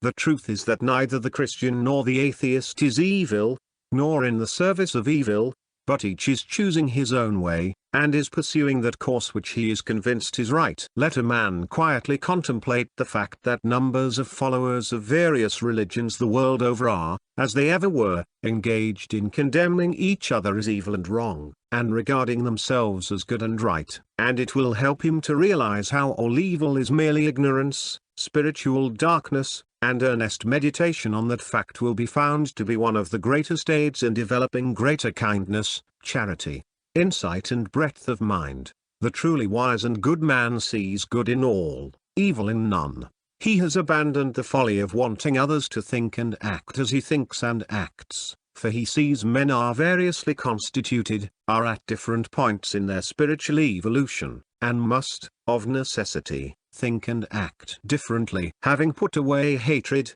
condemnation, egotism, and prejudice, he has become enlightened, and sees that purity, love, compassion, gentleness, patience, humility, and unselfishness are manifestations of light and knowledge, while impurity, hatred, cruelty, passion, darkness and ignorance, and that whether men are living in light or darkness they are one and all doing that which they think is necessary, are acting in accordance with their own measure of light or darkness. The wise man understands, and understanding, he ceases from all bitterness and accusation. Every man acts in accordance with his nature, with his own sense of right and wrong, and is surely gathering in the results of his own experience. There is one supreme right which every being possesses, to think and act as he chooses. If he chooses to think and act selfishly, thinking of his own immediate happiness only and not of that of others, then he will rapidly bring upon himself, by the action of the moral law of cause and effect, such afflictions as will cause him to pause and consider, and so find a better way. There is no teacher to compare with experience, no chastisement so corrective and purifying as that which men ignorantly inflict upon themselves. The selfish man is the ignorant man. He chooses his own way, but it is a way which leads to suffering, and through suffering to knowledge and bliss. The good man is the wise man. He likewise chooses his own way, but he chooses it in the full light of knowledge. Having passed through the stages of ignorance and suffering, and arrived at knowledge and bliss, a man begins to understand what seeing no evil is when, putting away all personal desires in his judgments of others, he considers them from their own standpoint, and judges their actions not from his own standard but from theirs. It is because men set up arbitrary standards of right and wrong, and are anxious that all should conform to their particular standard, that they see evil in each other. A man is only rightly judged when he is judged not from my standard or yours but from his own, and to deal with him thus is not judgment, it is love. It is only when we look through the eyes of impersonal love that we become enlightened, and see others as they really are, and a man is approaching that love when he can say in his heart, "Who am I that I should judge another? Am I so pure and sinless that I arraign men and pass the judgment of evil upon them? Rather let me humble myself, and correct mine own errors, before assuming the position of supreme judge of those of other men." It was said by one of old to those who were about to stone, as evil, a woman taken in the act of committing one of the darkest sins. He that is without sin let him cast the first stone. And though he who said it was without sin, yet he took up no stone, nor passed any bitter judgment, but said, with infinite gentleness and compassion, "Neither do I condemn thee, go, and sin no more." In the pure heart there is no room left where personal judgments and hatreds can find lodgment, for it is filled to overflowing with tenderness and love. It sees no evil, and only as men succeed in seeing no evil in others will they become free from sin and sorrow and suffering. No man sees evil in himself or his own acts except the man who is becoming enlightened, and then he abandons those acts which he has come to see are wrong. Every man justifies himself in what he does, and, however evil others may regard his conduct, he himself thinks it to be good and necessary. If he did not, he would not, could not do it. The angry man always justifies his anger, the covetous man his greed, the impure man his unchastity.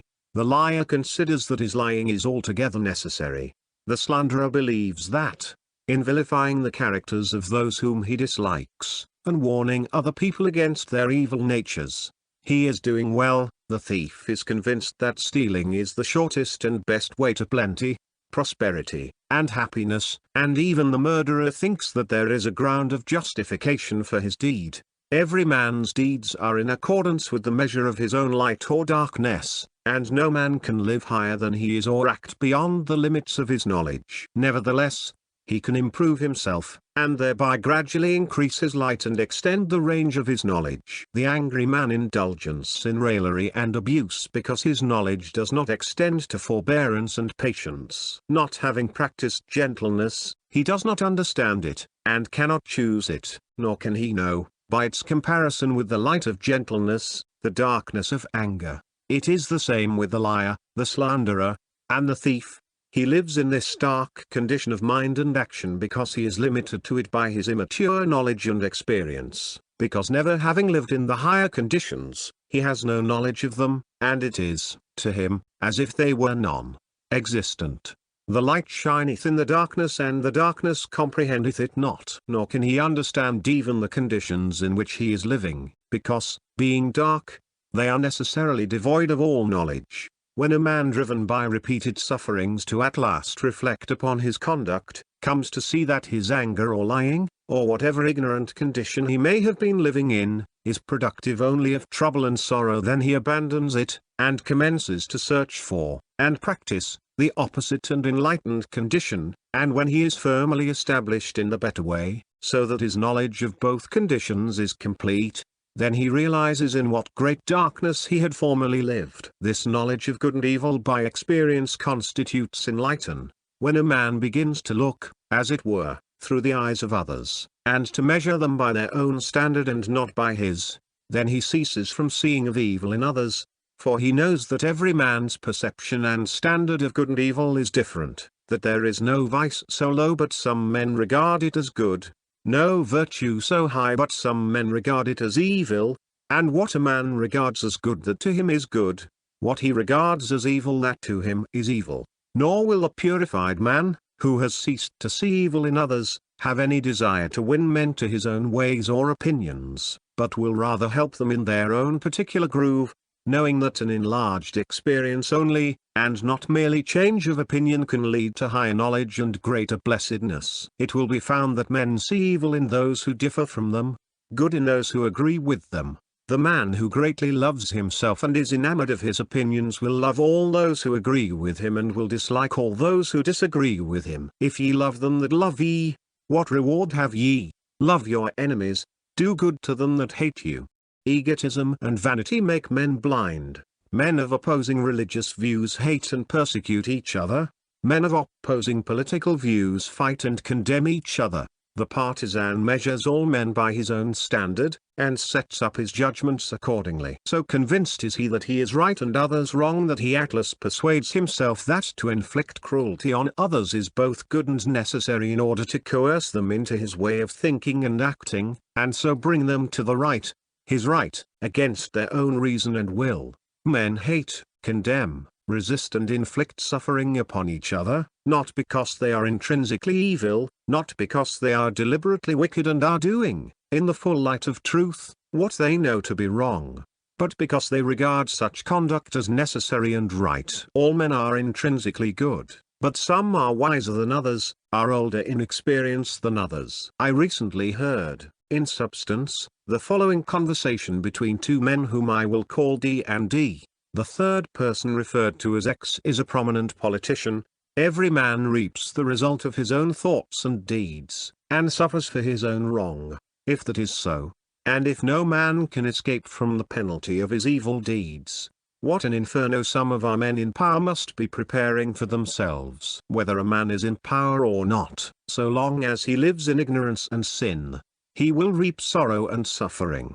Look, for instance, at X, a man totally evil, given up entirely to selfishness and ambition, Surely great torments are reserved for so unprincipled a man. But how do you know he is so evil? By his works, his fruits. When I see a man doing evil, I know that he is evil, and I cannot even think of X, but I burn with righteous indignation. I am sometimes inclined to doubt that there is an overruling power for good when I see such a man in a position where he can do so much harm to others. What evil is he committing? His whole policy is evil. He will ruin the country if he remains in power. But while there are large numbers of people who think of X as you do, there are also large numbers, equally intelligent, who look on him as good and able, who admire him for his excellent qualities, and regard his policy as beneficent and making for national progress. He owes his position to these people. Are they also evil? They are deceived and mislead. And this only makes X's evil all the greater,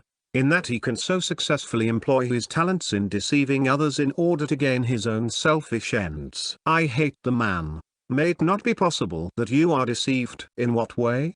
Hatred is self-deception. Love is self-enlightenment. No man can see either himself or others clearly until he ceases from hatred and practices love. That sounds very beautiful, but it is impracticable. When I see a man doing evil to others, and deceiving and misleading them, I must hate him. It is right that I should do so. X is without a spark of conscience. X may or may not be all you believe to be, but, even if he is, according to your own words, he should be pitied and not condemned. How so? You say he is without a conscience. Entirely so. Then he is a mental cripple. Do you hate the blind because they cannot see, the dumb because they cannot speak, or the deaf because they cannot hear? When a captain has lost his rudder or broken his compass, do you condemn him because he did not keep his ship off the rocks? Do you hold him responsible for the loss of life? If a man is totally devoid of conscience, he is without the means of moral guidance, and all his selfishness must, perforce, appear to him good and right and proper. X may appear evil to you, but is he evil to himself? Does he regard his own conduct as evil? Whether he regards himself as evil or not, he is evil. If I were to regard you as evil because of your hatred for X, should I be right? No. Why not? Because in such a case hatred is necessary, justifiable and righteous. There is such a thing as righteous anger, righteous hatred. Is there such a thing as righteous selfishness, righteous ambition, righteous evil? I should be quite wrong in regarding you as evil, because you are doing what you are convinced is right, because you regard your hatred for X as part of your duty as a man and a citizen. Nevertheless, there is a better way than that of hatred, and it is the knowledge of this better way that prevents me from hating X as you do, because however wrong his conduct might appear to me, it is not wrong to him nor to his supporters. Moreover, all men reap as they sow. What, then, is that better way? It is the way of love, the ceasing to regard others as evil. It is a blessed and peaceful state of heart. Do you mean that there is a state which a man can reach wherein he will grow angry when he sees people doing evil? No, I do not mean that, for while a man regards others as evil he will continue to grow angry with them, but I mean that a man can reach a state of calm insight and spotless love wherein he sees no evil to grow angry with, wherein he understands the various natures of men, how they are prompted to act, and how they reap, as the harvest of their own thoughts and deeds, the tares of sufferings and the corn of bliss. To reach that state is to regard all men with compassion and love. D. The state that you picture is a very high one. It is, no doubt, a very holy and beautiful one, but it is a state that I should be sorry to reach, and I should pray to be preserved from a state of mind where I could not hate a man like X, with an intense hatred. Thus, by this conversation it will be seen that D regarded his hatred as good. Even so, all men regard that which they do as necessary to be done. The things which men habitually practice, those things they believe in. When faith in a thing wholly ceases, it ceases to be practiced. D's individual liberty is equal to that of other men, and he has a right to hate another if he so wishes, nor will he abandon his hatred until he discovers, by the sorrow and unrest which it entails, how wrong and foolish and blind it is, and how, by its practice, he is injuring himself. A great teacher was once asked by one of his disciples to explain the distinction between good and evil, and holding his hand with the fingers pointing downward, he said, "Where is my hand pointing?" And the disciple replied, "It is pointing downward." Then, turning his hand upward, the teacher asked, "Where now is my hand pointing?" And the disciple answered, "It is pointing upward." "That," said the teacher, "is the distinction between evil and good." By this simple illustration he indicated that evil is merely wrongly directed energy, and good rightly directed energy, and that the so-called evil man becomes good by reversing his conduct. To understand the true nature of evil by living in the good is to cease to see other men as evil. Blessed is he who, turning from the evil in others, exerts himself in the purification of his own heart. He shall one day become of too pure eyes to behold evil. Knowing the nature of evil, what does it behoove a man to do? It behooves him to live only in that which is good. Therefore if a man condemn me, I will not condemn him in return. If he revile me, I will give him kindness. If he slander me, I will speak of his good qualities. If he hate me, then he greatly needs, and shall receive, my love. With the impatient I will be patient, with the greedy I will be generous, and with the violent and quarrelsome I will be mild and peaceable. Seeing no evil, whom should I hate or who regard as mine enemy? Were mankind murderous or jealous upon you, my brother, my sister? I am so sorry for you. They are not murderous or jealous upon me. All has been gentle with me. I keep no account with lamentation. What have I to do with lamentation? He who sees men as evil imagines that behind those acts which are called wicked there is a corporate and substantial evil prompting those particular sins, but he of stainless vision sees the deeds themselves as the evil, and knows that there is no evil power, no evil soul or man behind those deeds. The substance of the universe is good. There is no substance of evil. Good alone is permanent. There is no fixed or permanent evil. As brothers and sisters, born of the same parents and being of one household, love each other through all vicissitudes, see no evil in each other, but overlook all errors, and cling together in the strong bonds of affection. Even so the good man sees humanity as one spiritual family, born of the same father-mother, being of the same essence and making for the same goal, and he regards all men and women as his brothers and sisters, makes no divisions and distinctions, sees none as evil, but as at peace with all. Happy is he who attains to this blessed state. Chapter 9. Abiding joy, who carry music in their heart through dusky Aln and wrangling mart, plying their daily toil with busier feet, because their secret souls are holier repeat. Serene will be our days and bright, and happy will our nature be, when love is an unerring light, and joy its own security. Wordsworth. Abiding joy. Is there such a thing? Where is it? Who possesses it? Yea, there is such a thing. It is where there is no sin. It is possessed by the pure-hearted. As darkness is a passing shadow, and light is substance that remains, so sorrow is fleeting, but joy abides forever. No true thing can pass away and become lost, no false thing can remain and be preserved. Sorrow is false, and it cannot live. Joy is true, and it cannot die. Joy may become hidden for a time, but it can always be recovered. Sorrow may remain for a period, but it can be transcended and dispersed. Do not think your sorrow will remain. It will pass away like a cloud. Do not believe that the torments of sin are ever your portion. They will vanish like a hideous nightmare. Awake. Arise. Be holy and joyful. You are the creator of your own shadows.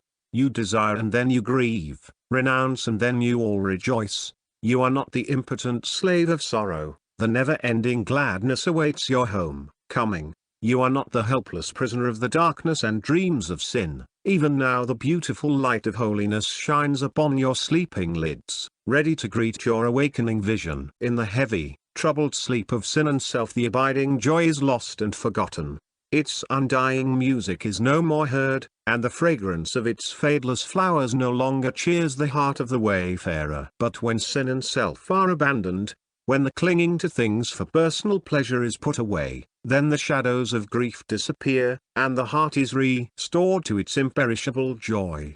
Joy comes and fills the self-emptied heart. It abides with the peaceful. Its reign is with the pure. Joy flees from the selfish. It deserts the quarrelsome. It is hidden from the impure. Joy is as an angel, so beautiful and delicate and chaste that she can only dwell with holiness. She cannot remain with selfishness, she is wedded to love. Every man is truly happy in so far as he is unselfish, he is miserable in so far as he is selfish. All truly good men, and by good men I mean those who have fought victoriously the battle against self, are men of joy. How great is the jubilation of the saint! No true teacher promises sorrow as the ultimate of life.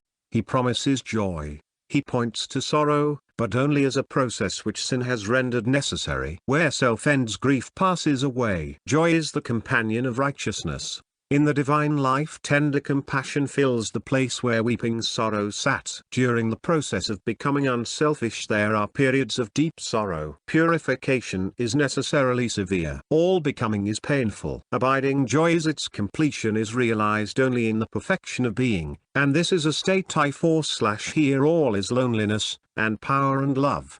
With all sublimest qualities of mind, where all enjoy entire dominion o'er themselves. Acts, feelings, thoughts, conditions, qualities. Consider how flower evolves and becomes. At first there is a little germ groping its way in the dark soil towards the upper light, then the plant appears, and leaf is added unto leaf, and finally the perfected flower appears, in the sweet perfume and chaste beauty of which all effort ceases. So, with human life. At first the blind groping for the light in the dark soil of selfishness and ignorance, then the coming into the light, and the gradual overcoming of selfishness with its accompanying pain and sorrow, and finally the perfect flower of a pure, unselfish life, giving forth, without effort, the perfume of holiness and the beauty of joy. The good, the pure, are the superlatively happy. However men may argumentatively deny or qualify this, humanity instinctively knows it to be true. Do not men everywhere picture their angels as the most joyful of beings? There are joyful angels in bodies of flesh. We meet them and pass on, and how many of those who come in contact with them are sufficiently pure to see vision within the form, to see the incorruptible angel in its common instrument of clay? They needs must grope who cannot see. The blade before the ear must be. The outward symbols disappear from him whose inward sight is clear. Yes, the pure are the joyful. We look almost in vain for any expressions of sorrow in the words of Jesus. The man of sorrows is only completed in the man of joy. I, Buddha, who wept with all my brother's tears, whose heart was broken by a whole world's woe, laugh and am glad, for there is liberty.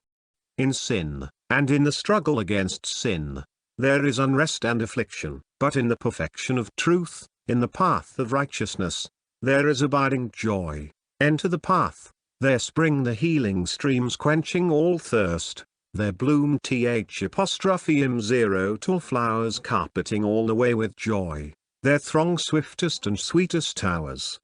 Tribulation lasts only so long as there remains some chaff of self which needs to be removed. The tribulum, or threshing, machine, ceases to work when all the grain is separated from chaff, and when the last impurities are blown away from the soul. Tribulation has completed its work, and there is no more need for it. Then abiding joy is realized. All the saints and prophets and saviors of the race have proclaimed with rejoicing the gospel or the good news.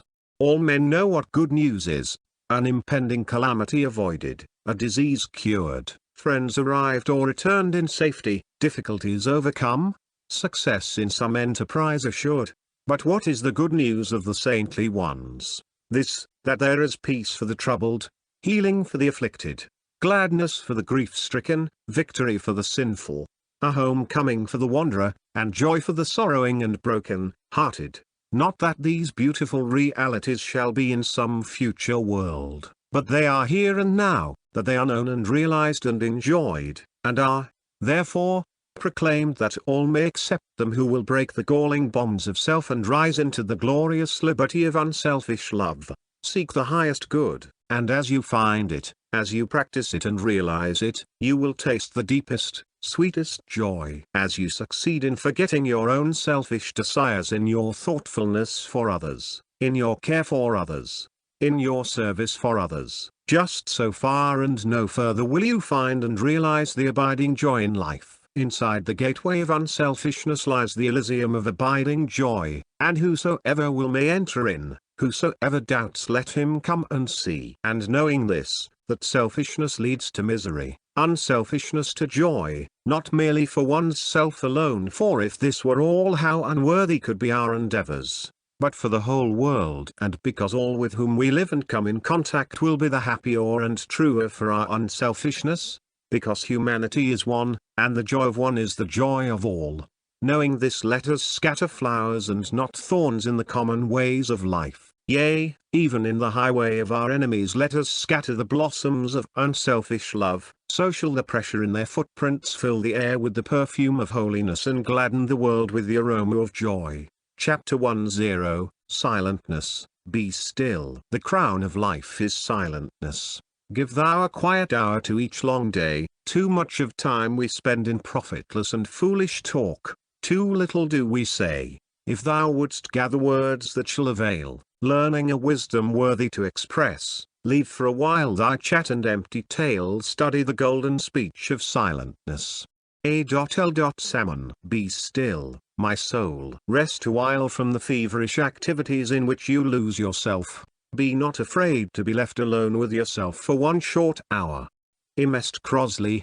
In the words of a wise man there is great power, but his silence is more powerful still. The greatest men teach us most effectively when they are purposely silent. The silent attitude of the great man, noted, perhaps, by one or two of his disciples only, is recorded and preserved through the ages, while the obtrusive words of the merely clever talker, heard, perhaps, by thousands, and at once popularized, are neglected and forgotten in, at most, a few generations. The silence of Jesus, when asked by Pilate what is truth, is the impressive, the awful silence of profound wisdom.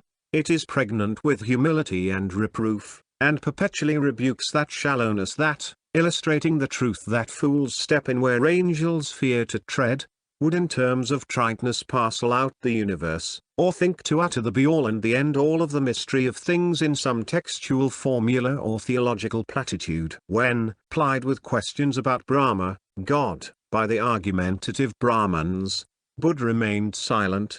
He taught them better than they knew, and if by his silence he failed to satisfy the foolish, he thereby profoundly instructed the wise. Why all this ceaseless talk about God, with its accompaniment of intolerance? Let men practice some measure of kindliness and goodwill, and thereby acquaint themselves with the simple rudiments of wisdom. Why all these speculative arguments about the nature of God? Let us first understand somewhat of ourselves. There are no greater marks of folly and moral immaturity than irreverence and presumption. No greater manifestations of wisdom and moral maturity than reverence and humility. Lao Tzu, in his own life, exemplified his teaching that the wise man teaches without words.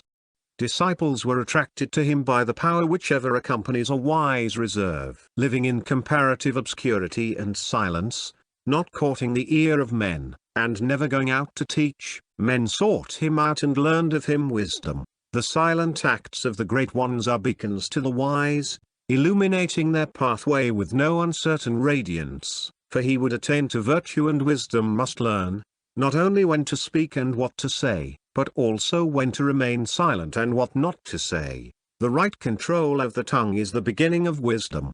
The right control of the mind is the consummation of wisdom. By curbing his tongue a man gains possession of his mind, and to have complete possession of one's mind is to be a master of silence. The fool babbles, gossips, argues, and bandies words.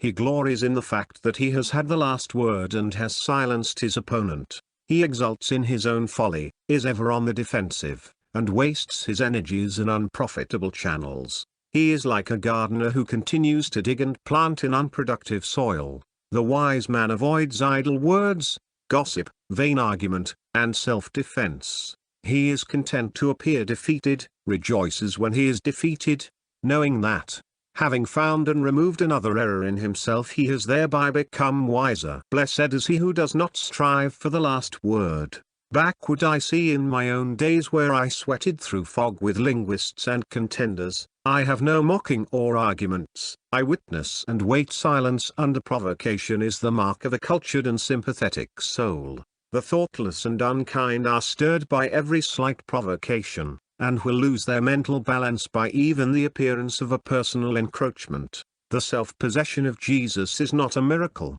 It is the flower of culture, the diadem of wisdom. When we read of Jesus that he answered never a word and of Buddha that he remained silent, we get a glimpse of the vast power of silence, of the silent majesty of true greatness. The silent man is the powerful man. The victim of garrulity is devoid of influence. His spiritual energies are dissipated. Every mechanic knows that before a force can be utilized and definitely directed it must be conserved and stored, and the wise man is a spiritual mechanic who conserves the energies of his mind, holds them in masterful abeyance, ready at any moment to direct them, with effective purpose, to the accomplishment of some necessary work. The true strength is in silentness. It is well said that the dog that barks does not bite. The grim and rarely broken silence of the bulldog is the necessary adjunct to that powerfully concentrated and effectual action for which the animal is known and feared. This, of course, is a lower form of silentness, but the principle is the same. The boaster fails. His mind is diverted from the main purpose, and his energies are frittered away upon self-glorification. His forces are divided between his task and the reward to himself, the greater portion going to feed the lust of reward. He is like an unskillful general who loses the battle through dividing his forces instead of concentrating them upon a point. Or he is like a careless engineer who leaves open the waste valve of his engine and allows the steam to run down. The modest, silent, earnest man succeeds, freed from vanity, and avoiding the dissipation of self-glorification. All his powers are concentrated upon the successful performance of his task. Even while the other man is talking about his powers, he is already about his work, and is so much nearer than the other to its completion. It is a law everywhere and always that energy distributed is subject unto energy conserved. The noisy and boasting Charles will ever be thrown by the quiet and modest Orlando. It is a law universally applicable that quietness is strength. The businessman who succeeds never talks about his plans, methods, and affairs, and should he, turned giddy by success, begin to do this, he will then commence to fail. The man of great moral influence never talks about himself and his spiritual victories, for, should he do so,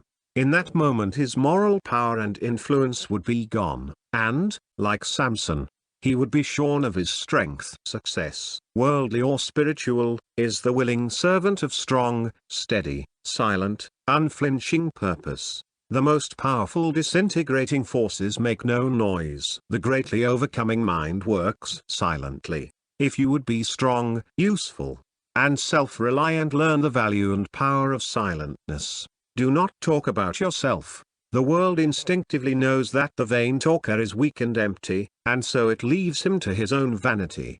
Do not talk about what you are going to do, but do it, and let your finished work speak for itself. Do not waste your forces in criticizing and disparaging the work of others, but set about to do your own work thoroughly and well. The worst work with earnestness and sweetness behind it is altogether better than barking at others. While you are disparaging the work of others, you are neglecting your own. If others are doing badly, help and instruct them by doing better yourself. Neither abuse others nor account their abuse of any weight. When attacked, remain silent. In this way you will conquer yourself, and will, without the use of words, teach others. But the true silence is not merely a silent tongue. It is a silent mind. To merely hold one's tongue, and yet to carry about a disturbed and rankling mind, is no remedy for weakness and no source of power. Silentness, to be powerful, must envelop the whole mind, must permeate every chamber of the heart. It must be the silence of peace. To this broad, deep, abiding silentness a man attains only in the measure that he conquers himself. While passions, temptations, and sorrows disturb, the holier, profounder depths of silence are yet to be sounded. To smart under the words and actions of others means that you are yet weak, uncontrolled, unpurified. So rid your heart of the disturbing influences of vanity and pride and selfishness, that no petty spite can reach you, no slander or abuse disturb your serene repose. As the storm rages ineffectually against a well-built house, while its occupant sits composed and happy by his fireside within, so no evil without can disturb or harm him who is well fortified with wisdom. Self-governed and silent, he remains at peace within. To this great silence the self-conquered man attains. Envy and calumny, and hate and pain, and that unrest which men miscall delight, can touch him not, nor torture him again. There is no commoner error amongst men than that of supposing that nothing can be accomplished without much talking and much noise. The busy, shallow talker regards the quiet thinker or silent doer as a man wasted. He thinks silentness means doing nothing, and that hurrying, bustling, and ceaseless talking means doing much. He also confounds popularity with power, but the thinker and doer is the real and effectual worker. His work is at the root and core and substance of things, and as nature silently, yet with hidden and wondrous alchemy, transmutes the rude elements of earth and air into tender leaves, beautiful flowers, delectable fruits, yea, into a myriad forms of beauty, even so does the silent purposeful worker transform the ways of men and the face of the world by the might and magic of his silently directed energy. He wastes no time and force in tinkering with the ever-changing and artificial surface of things, but goes to the living vital center, and works therefrom and thereon. And in due season, perhaps when his perishable form is withdrawn from the world, the fruits of his obscure but imperishable labors come forth to gladden the world. But the words of the talkers perish. The world reaps no harvest from the sowing of sound. He who conserves his mental forces also conserves his physical forces. The strongly quiet, calm man lives to a greater age, and in the possession of better health than the hurrying, noisy man. Quiet, subdued mental harmony is conducive to physical harmony, health. The followers of George Fox are today the healthiest, longest lived and most successful portion of the British community, and they live quiet, unostentatious, purposeful lives, avoiding all worldly excitements and unnecessary words. They are a silent people, all their meetings being conducted on the principle that silence is power. Silentness is powerful because it is the outcome of self-conquest, and the more successfully a man governs himself, the more silent he becomes. As he succeeds in living to a purpose and not to the pleasures of self, he withdraws himself from the outer discords of the world and reaches to the inward music of peace. Then when he speaks there is purpose and power behind his words, and when he maintains silence there is equal or even greater power therein. He does not utter that which is followed by pain and tears, does not do that which is productive of sorrow and remorse, but, saying and doing those things only which are ripe with thoughtfulness, his conscience is quiet, and all his days are blessed. Chapter 11. Solitude. Why idly seek from outward things the answer inward silence brings? Why climb the far-off hills with pain, a nearer view of heaven to gain? In lowliest depths of bosky dells the hermit contemplation dwells, whence, piercing heaven, with screened sight, he sees at noon the stars, whose light shall glorify the coming night. Whittier. In the still hour when passion is at rest, gather up stores of wisdom in thy breast. Wordsworth. Man's essential being is inward, invisible, spiritual, and as such it derives its life, strength, from within, not from without. Outward things are channels through which its energies are expended, but for renewal it must fall back on the inward silence. Insofar as man strives to drown this silence in the noisy pleasures of the senses, and endeavors to live in the conflicts of outward things, just so much does he reaps the experiences of pain and sorrow, which, becoming at last intolerable, drive him back to the feet of inward comforter, to the shrine of the peaceful solitude within. As the body cannot thrive on empty husks, neither can the spirit be sustained on empty pleasures. If not regularly fed, the body loses its vitality, and, pained with hunger and thirst, cries out for food and drink. It is the same with the spirit. it must be regularly nourished in solitude on pure and holy thoughts, or it will lose its freshness and strength, and will at last cry out in its painful and utter starvation. The yearning of an anguish-stricken soul for light and consolation is the cry of a spirit that is perishing of hunger and thirst. All pain and sorrow is spiritual starvation, and aspiration is the cry for food. It is the prodigal son who, perishing of hunger, turns his face longingly towards his father's home. The pure life of the spirit cannot be found, but is lost, in the life of the senses. The lower desires are ever clamorous for more, and they afford no rest. The outward world of pleasure, personal contact, and noisy activities is a sphere of wear and tear which necessitates the counterbalancing effect of solitude. Just as the body requires rest for the recuperation of its forces, so the spirit requires solitude for the renewal of its energies. Solitude is as indispensable to man's spiritual welfare as sleep is to his bodily well-being, and pure thought, or meditation, which is evoked in solitude, is to the spirit what activity is to the body. As the body breaks down when deprived of the needful rest and sleep, so do the spirits of men break down, being deprived of the necessary silence and solitude.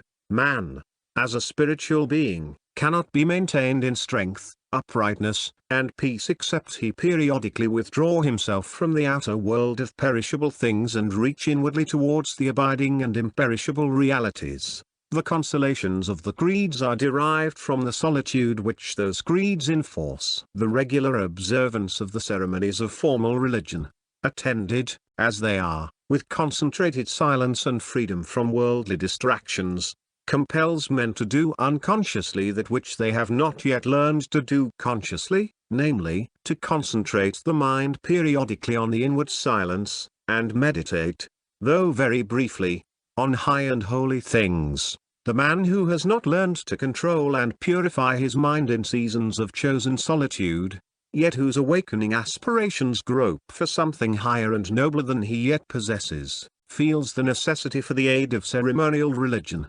But he who has taken himself in hand with a view to self-conquest, who withdraws into solitude in order to grapple with his lower nature, and masterfully bend his mind in holy directions, requires no further aid from book or priest or church. The church does not exist for the pleasure of the saint but for the elevation of the sinner. In solitude a man gathers strength to meet the difficulties and temptations of life, knowledge to understand and conquer them, and wisdom to transcend them. As a building is preserved and sustained by virtue of the foundation which is hidden and unobserved, so a man is maintained perpetually in strength and peace by virtue of his lonely hour of intense thought which no eye beholds. It is in solitude only that a man can be truly revealed to himself, that he can come to understand his real nature, with all its powers and possibilities. The voice of the spirit is not heard in the hubbub of the world and amid the clamors of conflicting desires. There can be no spiritual growth without solitude.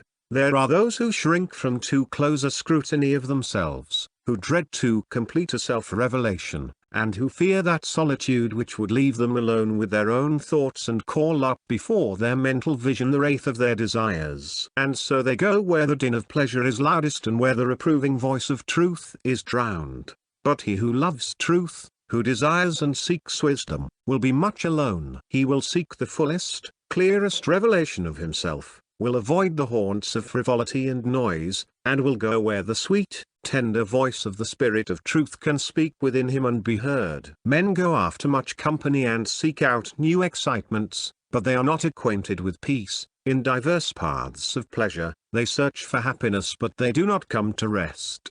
Through diverse ways of laughter and feverish delirium they wander after gladness and life, but their tears are many and grievous, and they do not escape death. Drifting upon the ocean of life in search of selfish indulgences, men are caught in its storms and only after many tempests and much privation do they fly to the rock of refuge which rests in the deep silence of their own being. While a man is absorbed in outward activities, he is giving out his energies and is becoming spiritually weaker, and in order to retain his moral vigor he must resort to solitary meditation. So needful is this that he who neglects it loses or does not attain the right knowledge of life. nor does he comprehend and overcome those most deeply rooted and subtlest of sins which appear like virtues deceiving the elect, and to which all but the truly wise succumb. True dignity abides with him alone, who, in the silent hour of inward thought, can still suspect and still revere himself in lowliness of heart. He who lives, without ceasing in outward excitement, lives most in disappointments and griefs. Where the sounds of pleasure are greatest, heart emptiness is the keenest and deepest. He, also, whose whole life, even if not one of lust for pleasure, is centered in outward works, who deals only with the changing panorama of visible things, never falling back, in solitude, upon the inner and invisible world of permanent being, such a man does not attain knowledge and wisdom, but remains empty. He cannot aid the world, cannot feed its aspirations, for he has no food to offer it, his spiritual store being empty. But he who courts solitude in order to search for the truth of things, who subdues his senses and makes quiet his desires, such a man is daily attaining knowledge and wisdom. He becomes filled with the spirit of truth. He can aid the world, for his spiritual store is full, and is kept well replenished. While a man is absorbed in the contemplation of inward realities, he is receiving knowledge and power.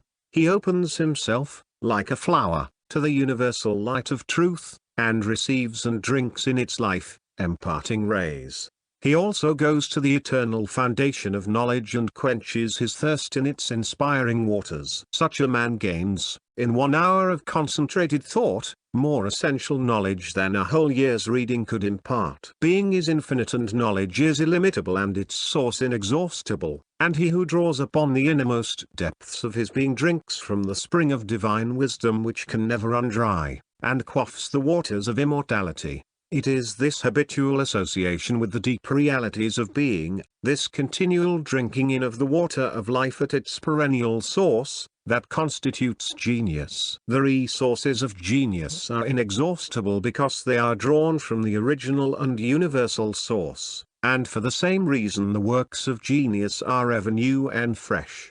The more a genius gives out, the fuller he becomes. With the accomplishment of every work his mind extends and expands, reaches out more vastly, and sees wider and ever wider ranges of power. The genius is inspired. He has bridged the gulf between the finite and infinite. He needs no secondary aids, but draws from that universal spring which is the source of every noble work. The difference between a genius and an ordinary man is this: the one lives in inward realities, the other in outward appearances. The one goes after pleasure, the other after wisdom. The one relies on books, the other relies upon his own being. Book learning is good when its true place is understood, but is not the source of wisdom. The source of wisdom is in life itself, and is comprehended by effort, practice, and experience. Books give information but they cannot bestow knowledge. They can stimulate but cannot accomplish.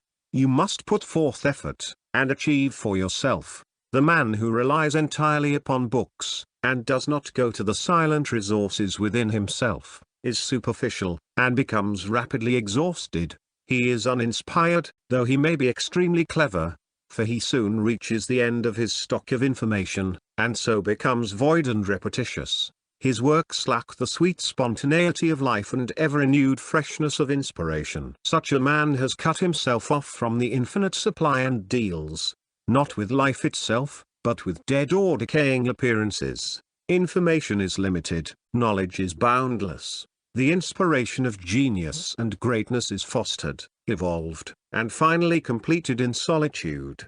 The most ordinary man who conceives a noble purpose, and, summoning all his energies and will, broods upon and ripens his purpose in solitude, will accomplish his object and become a genius. The man who renounces the pleasure of the world, who avoids popularity and fame, and who works in obscurity and thinks in solitude for the accomplishment of a lofty ideal for the human race, becomes a seer and a prophet. He who silently sweetens his heart, who attunes his mind to that which is pure and beautiful and good, who in long hours of lonely contemplation strives to reach to the central and eternal heart of things, brings himself in touch with the inaudible harmonies of being, opens himself for the reception of the cosmic song, and becomes at last a singer and a poet. And so with all genius. It is the child of solitude, a very simple, hearted child, wide-eyed and listening and beautiful, yet with all to the noise-enamored world an incomprehensible mystery, of which it is only now and then vouchsafed a glimpse from beyond the well-guarded portals of silence. In man's self or eyes august anticipations, symbols, types of a dim splendor ever on before in that eternal circle life pursues. St. Paul, the cruel persecutor and blind bigot, after spending 3 years alone in the desert, comes forth a loving apostle and an inspired seer. Gautama Siddhartha, the man of the world, after 6 years, in the forest, of lonely struggle with his passions and intense meditation upon the deep mysteries of his nature, becomes Buddha, the enlightened one, the embodiment of calm, serene wisdom, to whom a heart-thirsty world turns to refreshing waters of immortality. Lao Tzu, an ordinary citizen filling a worldly office, in his search for knowledge courts solitude, and discovers Tao, the supreme reason, by virtue of which he becomes a world teacher. Jesus, the unlettered carpenter, after many years of solitary communion upon the mountains with the unfailing love and wisdom, comes forth a blessed Savior of mankind. Even after they had attained, and had scaled the lofty heights of divine knowledge, these great souls were much alone, and retired frequently for brief seasons of solitude. The greatest man will fall from his moral height and lose his influence if he neglects that renewal of power which can only be obtained in solitude. These masters attained their power by consciously harmonizing their thoughts and lives with the creative energies within themselves. And by transcending individuality and sinking their petty personal will in the universal will, they became masters of creative thought, and stand as the loftiest instruments for the outworking of cosmic evolution. And this is not miraculous, it is a matter of law. It is not mysterious except in so far as law is mysterious. Every man becomes a creative master in so far as he subordinate himself to the universally good and true. Every poet, painter, saint, and sage is the mouthpiece of the eternal. The perfection of the message varies with the measure of individual selflessness. In so far as self intervenes, the distinctness of the work and message becomes blurred. Perfect selflessness is the acme of genius, the consummation of power. Such self-abnegation can only be begun, pursued, and completed in solitude. A man cannot gather together and concentrate his spiritual forces while he is engaged in spending those forces in worldly activities, and although after power is attained the balance of forces can be maintained under all circumstances, even in the midst of the antagonistic throng, such power is only secured after many years of frequent and habitual solitude. Man's true home is in the great silence. This is the source of all that is real and abiding within him. His present nature, however, is dual, and outer activities are necessary. Neither entire solitude nor entire action is the true life in the world, but that is the true life which gathers, in solitude, strength and wisdom to rightly perform the activities of life. And as a man returns to his home in the evening, weary with labor, for that sweet rest and refreshment which will prepare him for another day's toil, so must he would not break down in the labor of life come away from the noise and toil of the W0RLD's great workshop and rest for brief periods in his abiding home in the silence. He who does this, spending some portion of each day in sacred and purposeful solitude, will become strong and useful and blessed. Solitude is for the strong, or for those who are ready to become strong. When a man is becoming great, he becomes solitary. He goes in solitude to seek, and that which he seeks, he finds. For there is a way to all knowledge, all wisdom, all truth, all power. And the way is forever open, but it lies through soundless solitudes and the unexplored silences of man's being. Chapter 12, Standing Alone. By all means use to be alone, salute thyself, see what thy soul doth wear. George Herbert. He that has light within his own clear breast might sit in the center and enjoy bright day. Milton. In the life of blessedness self-reliance is of the utmost importance. If there is no peace there must be strength, if there is to be security there must be stability, if there is to be lasting joy there must be no leaning upon things which at any moment may be snatched away forever. A man does not commence to truly live until he finds an immovable center within himself on which to stand, by which to regulate his life, and from which to draw his peace. If he trusts to that which fluctuates, he also will fluctuate. If he leans upon that which may be withdrawn, he will fall and be bruised. If he looks for satisfaction in perishable accumulations, he will starve for happiness in the midst of plenty. Let a man learn to stand alone, looking to no one for support, expecting no favors, craving no personal advantages, not begging, nor complaining, not craving, nor regretting, but relying upon the truth within himself, deriving his satisfaction and comfort from the integrity of his own heart. If a man can find no peace within himself, where shall he find it? If he dreads to be alone with himself, what steadfastness shall he find in company? If he can find no joy in communion with his own thoughts, how shall he escape misery in his contact with others? The man who has yet found nothing within himself upon which to stand will nowhere find a place of constant rest. Men everywhere are deluded by the superstition that their happiness rests with other people and with outward things, and, as a result, they live in continual disappointments, regrets, and lamentations. The man who does not look for happiness to any others or to external things, but finds within himself its inexhaustible source, will be self-contained and serene under all circumstances, and will never become the helpless victim of misery and grief. The man who looks to others for support, who measures his happiness by the conduct of others and not by his own, who depends upon their cooperation for his peace of mind, such a man has no spiritual foothold. His mind is tossed hither and thither with the continual changes going on around him, and he lives in that ceaseless ebb and flow of the spirits which is wretchedness and unrest. He is a spiritual cripple, and has yet to learn how to maintain his mental center of gravity, and so go without the aid of crutches. As a child learns to walk in order to go about from place to place of itself strong and unaided, so should a man learn to stand alone, to judge and think and act for himself, and to choose, in the strength of his own mind, the oath way which he shall walk. Without is change and decay and insecurity, within is all surety and blessedness. The soul is sufficient of itself. Where the need is, there is the abundant supply. Your eternal dwelling place is within. Go there and take possession of your mansion. There you are a king, elsewhere you are a vassal.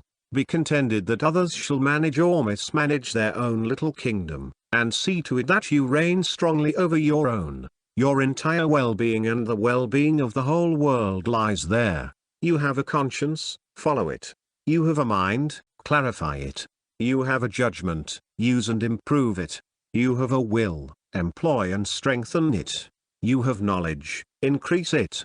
There is a light within your soul, watch it, tend it, encourage it, shield it from the winds of passion, and help it to burn with a steadier and ever steadier radiance. Leave the world and come back to yourself. Think as a man, act as a man, live as a man. Be rich in yourself. Be complete in yourself. Find the abiding center within you and obey it. The earth is maintaining its orbit by its obedience to its center, the sun. Obey the center of light that is within you. Let others call it darkness if they will. You are responsible for yourself, are accountable to yourself.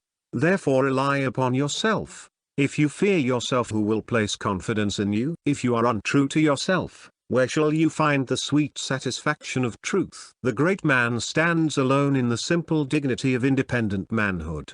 He pursues his own path fearlessly, and does not apologize or beg leave.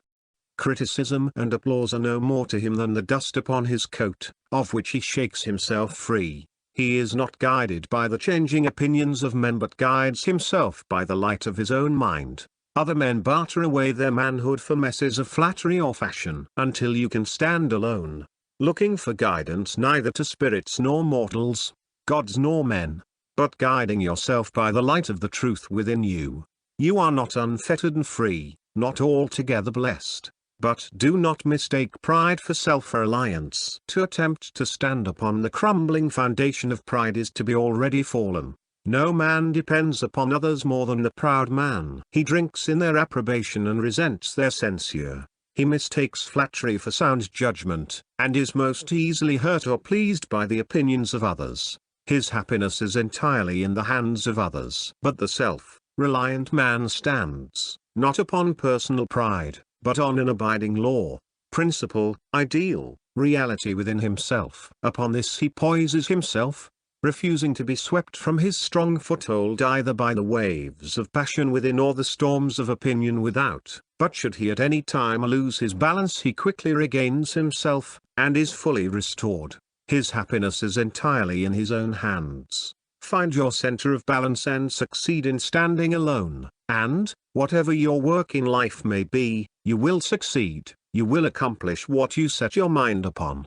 For the truly self-reliant man is the invincible man. But though you do not rely upon others, learn of them. Never cease to increase in knowledge, and be ever ready to receive that which is good and useful. You cannot have too much humility. The most self-reliant men are the most humble. No aristocrat, no prince born to the purple, can begin to compare with the self-respect of the saint. Why is he lowly? But that he knows that he can well afford it, resting on the largeness of God in him. Learn of all men, and especially of the masters of truth, but do not lose your hold upon the truth that the ultimate guidance is in yourself. A master can say, "Here is the path," but he can neither compel you to walk it nor walk it for you. You must put forth your own efforts, must achieve by your own strength, must make his truth your truth by your own unaided exertions. You must implicitly trust yourself. This thing is God. To be man with thy might, to grow great in the strength of thy spirit, and live out thy life as the light. You are to be master of yourself, lord over yourself, not fawning and imitating, but doing your work as a living, vital portion of the universe, giving love but not expecting it, giving sympathy but not craving for it, giving aid but not depending upon it. If men should censure your work, heed them not. It suiceth that your work be true. Rest you in this sufficiency. Do not ask, will my work please? But is it real? If your work be true, the criticism of men cannot touch it. If it be false, their disapproval will not slay it quicker than it will die of itself. The words and acts of truth cannot pass away until their work is fully accomplished. The words and acts of error cannot remain, for they have no work to do. Criticism and resentment are alike superfluous. Free yourself from the self-imposed tyranny of slavish dependence, and stand alone, not as an isolated unit, but as a sympathetic portion of the whole. Find the joy that results from well-earned freedom, the peace that flows from wise self-possession, the blessedness that inheres in native strength. Honor to him who, self-complete, if lone, carves to the grave one pathway all his own, and heeding naught that men may think or say, asks but his soul if doubtful of the way. Chapter 13.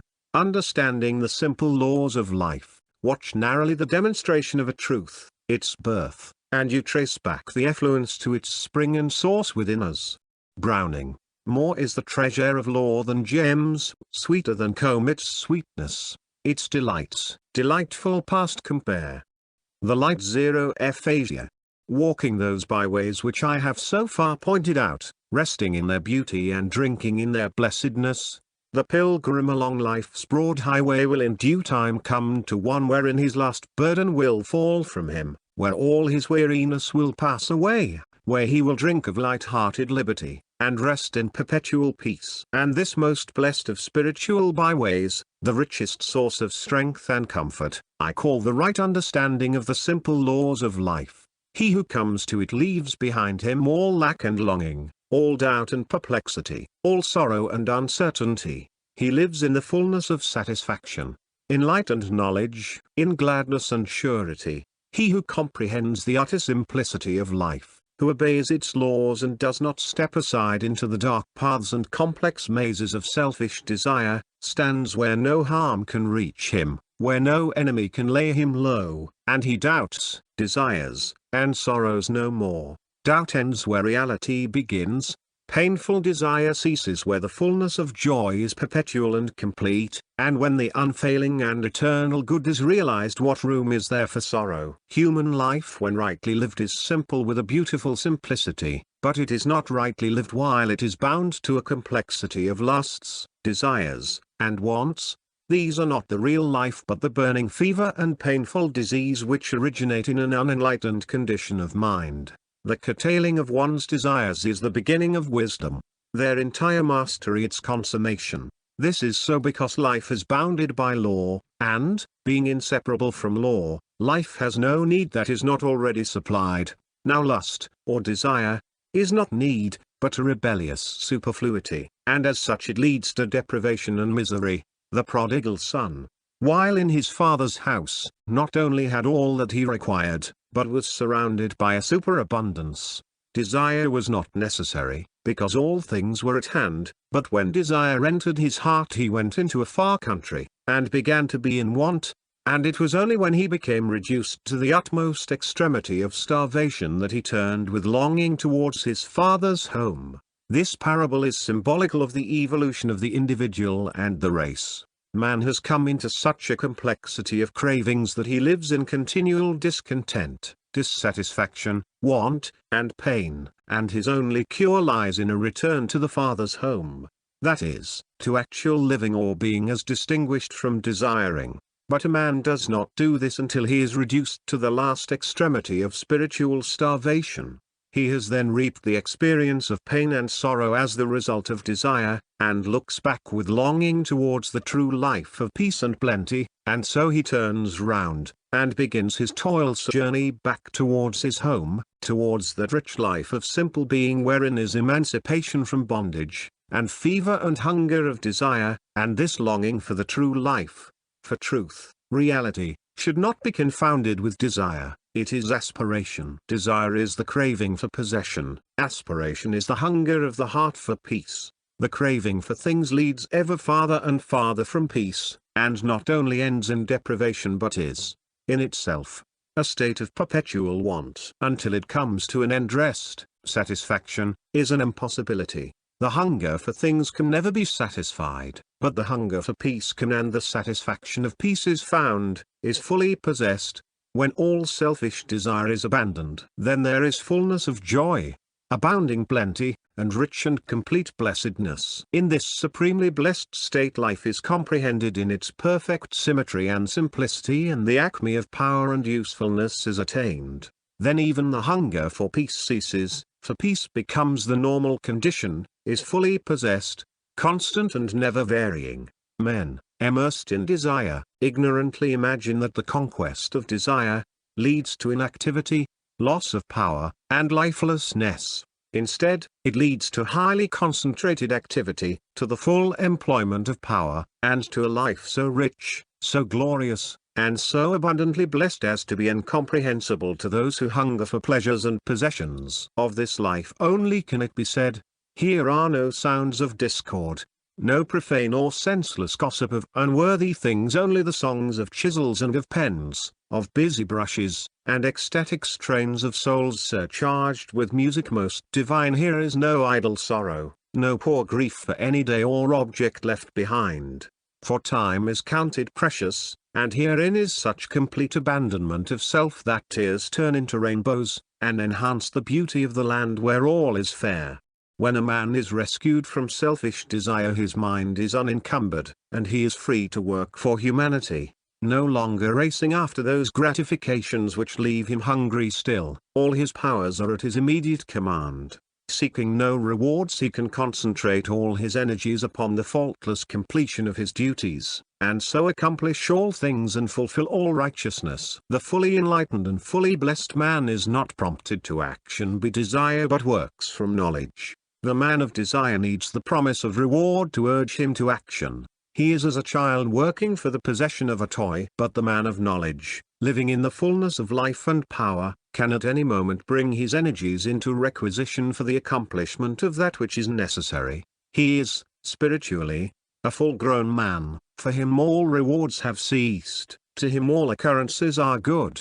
He lives always in complete satisfaction. Such a man has attained to life, and his delight, and it is a sweet, perpetual, and never-failing delight, is in obedience to the simple demands of exact and never-failing law. But this life of supreme blessedness is an end, and the pilgrim who is striving towards it, the prodigal returning to it, must travel thither, and employ means to get there. He must pass through the country of his animal desires, disentangling himself from their intricacies, simplifying them, overcoming them. This is the way, and he has no enemies but what spring within himself. At first the way seems hard because, blinded by desire, he does not perceive the simple structure of life, and its laws are hidden from him. But as he becomes simpler in his mind, the direct laws of life become unfolded to his spiritual perception, and at once the point is reached where these laws begin to be understood and obeyed. Then the way becomes plain and easy. There is no more uncertainty and darkness, but all is seen in the clear light of knowledge. It will help to accelerate the progress of the searcher for the true and blessed life if we now turn to a consideration of some of these simple laws which are rigidly mathematical in their operations. The elementary laws never apologize. All life is one, though it is a diversity of manifestations. All law is one, but it is applicable and operative in a variety of ways. There is not one law for matter and another for mind. Not one for the material and visible and another for the spiritual and invisible. There is the same law throughout. There is not one kind of logic for the world and another for the spirit, but the same logic is applicable to both. Men faithfully, and with unerring worldly wisdom, observe certain laws or rules of action in material things, knowing that to ignore or disobey them would be great folly on their part, ending in disaster for themselves and confusion for society and the state. But they err in supposing and believing that the same rules do not apply in spiritual things, and thereby suffer for their ignorance and disobedience. It is a law in worldly things that a man shall support himself, that he shall earn his living, and that he that will not work, neither shall he eat. Men observe this law, recognizing its justice and goodness, and so earn the necessary material sustenance. But in spiritual things men, broadly speaking, deny and ignore the operation of this law. They think that, while it is absolutely just that a man should earn his material bread, and that the man who shirks this law should wander in rags and want, it is right that they should beg for their spiritual bread.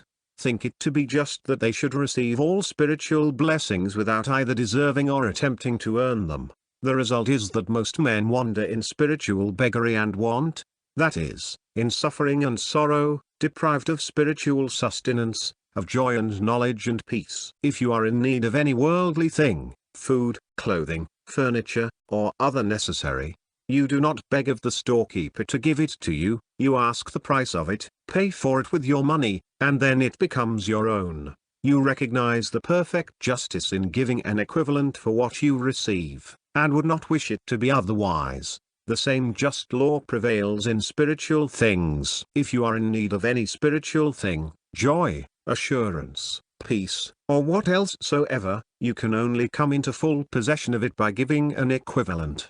You must pay the price for it. As you must give a portion of your material substance for a worldly thing, so you must give a portion of your immaterial substance for a spiritual thing. You must yield up some passion or lust or vanity or indulgence before the spiritual possession can be yours. The miser who clings to his money and will not give up any of it because of the pleasure which its possession affords him cannot have any of the material comforts of life. He lives in continual want and discomfort in spite of all his wealth. The man who will not give up his passions, who clings to anger, unkindness, sensuality, pride, vanity, self-indulgence, for the momentary pleasure which their gratification affords him, is a spiritual miser. He cannot have any spiritual comforts, and suffers continual spiritual want and uneasiness in spite of the wealth of worldly pleasures which he fondly hugs and refuses to give up. The man who is wise in worldly things neither begs nor steals, but labors and purchases, and the world honors him for his uprightness. The man who is wise in spiritual things neither begs nor steals, but labors in his own inner world, and purchases his spiritual possessions. Him the whole universe honors for his righteousness. It is another law in worldly things that a man who engages himself to another in any form of employment shall be content with the wages upon which he agreed. If at the end of his week's work, and on receiving his wages, he were to ask his employer for a larger sum, pleading that, though he could not justly claim it and did not really deserve it, yet he expected it, he would not only not receive the larger sum but would, doubtless, be discharged from his post. Yet in spiritual things men do not think it to be either foolish or selfish to ask for those blessings, spiritual wages, upon which they never agreed, for which they never labored, and which they do not deserve. Every man gets from the law of the universe that upon which he agrees and for which he works, no more, no less, and he is continually entering into agreements with the supreme law, the master of the universe. For every thought and act which he gives he receives its just equivalent, for all work done in the form of deeds he receives the wages due to him. Knowing this, the enlightened man is always content, always satisfied, and in perfect peace, knowing that whatever he receives, be it that men call misfortune or good fortune, he has earned. The great law never cheats any man of his just due, but it says to the railer and the complainer, friend, didst thou not agree with me for a penny a day? Again, if a man would grow rich in worldly goods he must economize, and husband his financial resources until he has accumulated sufficient capital to invest in some branch of industry. Then he must judiciously invest his little store of capital, neither holding it too tightly nor letting it go carelessly. He thus increases both in worldly wisdom and worldly riches. The idle spendthrift cannot grow rich. He is wasteful and riotous.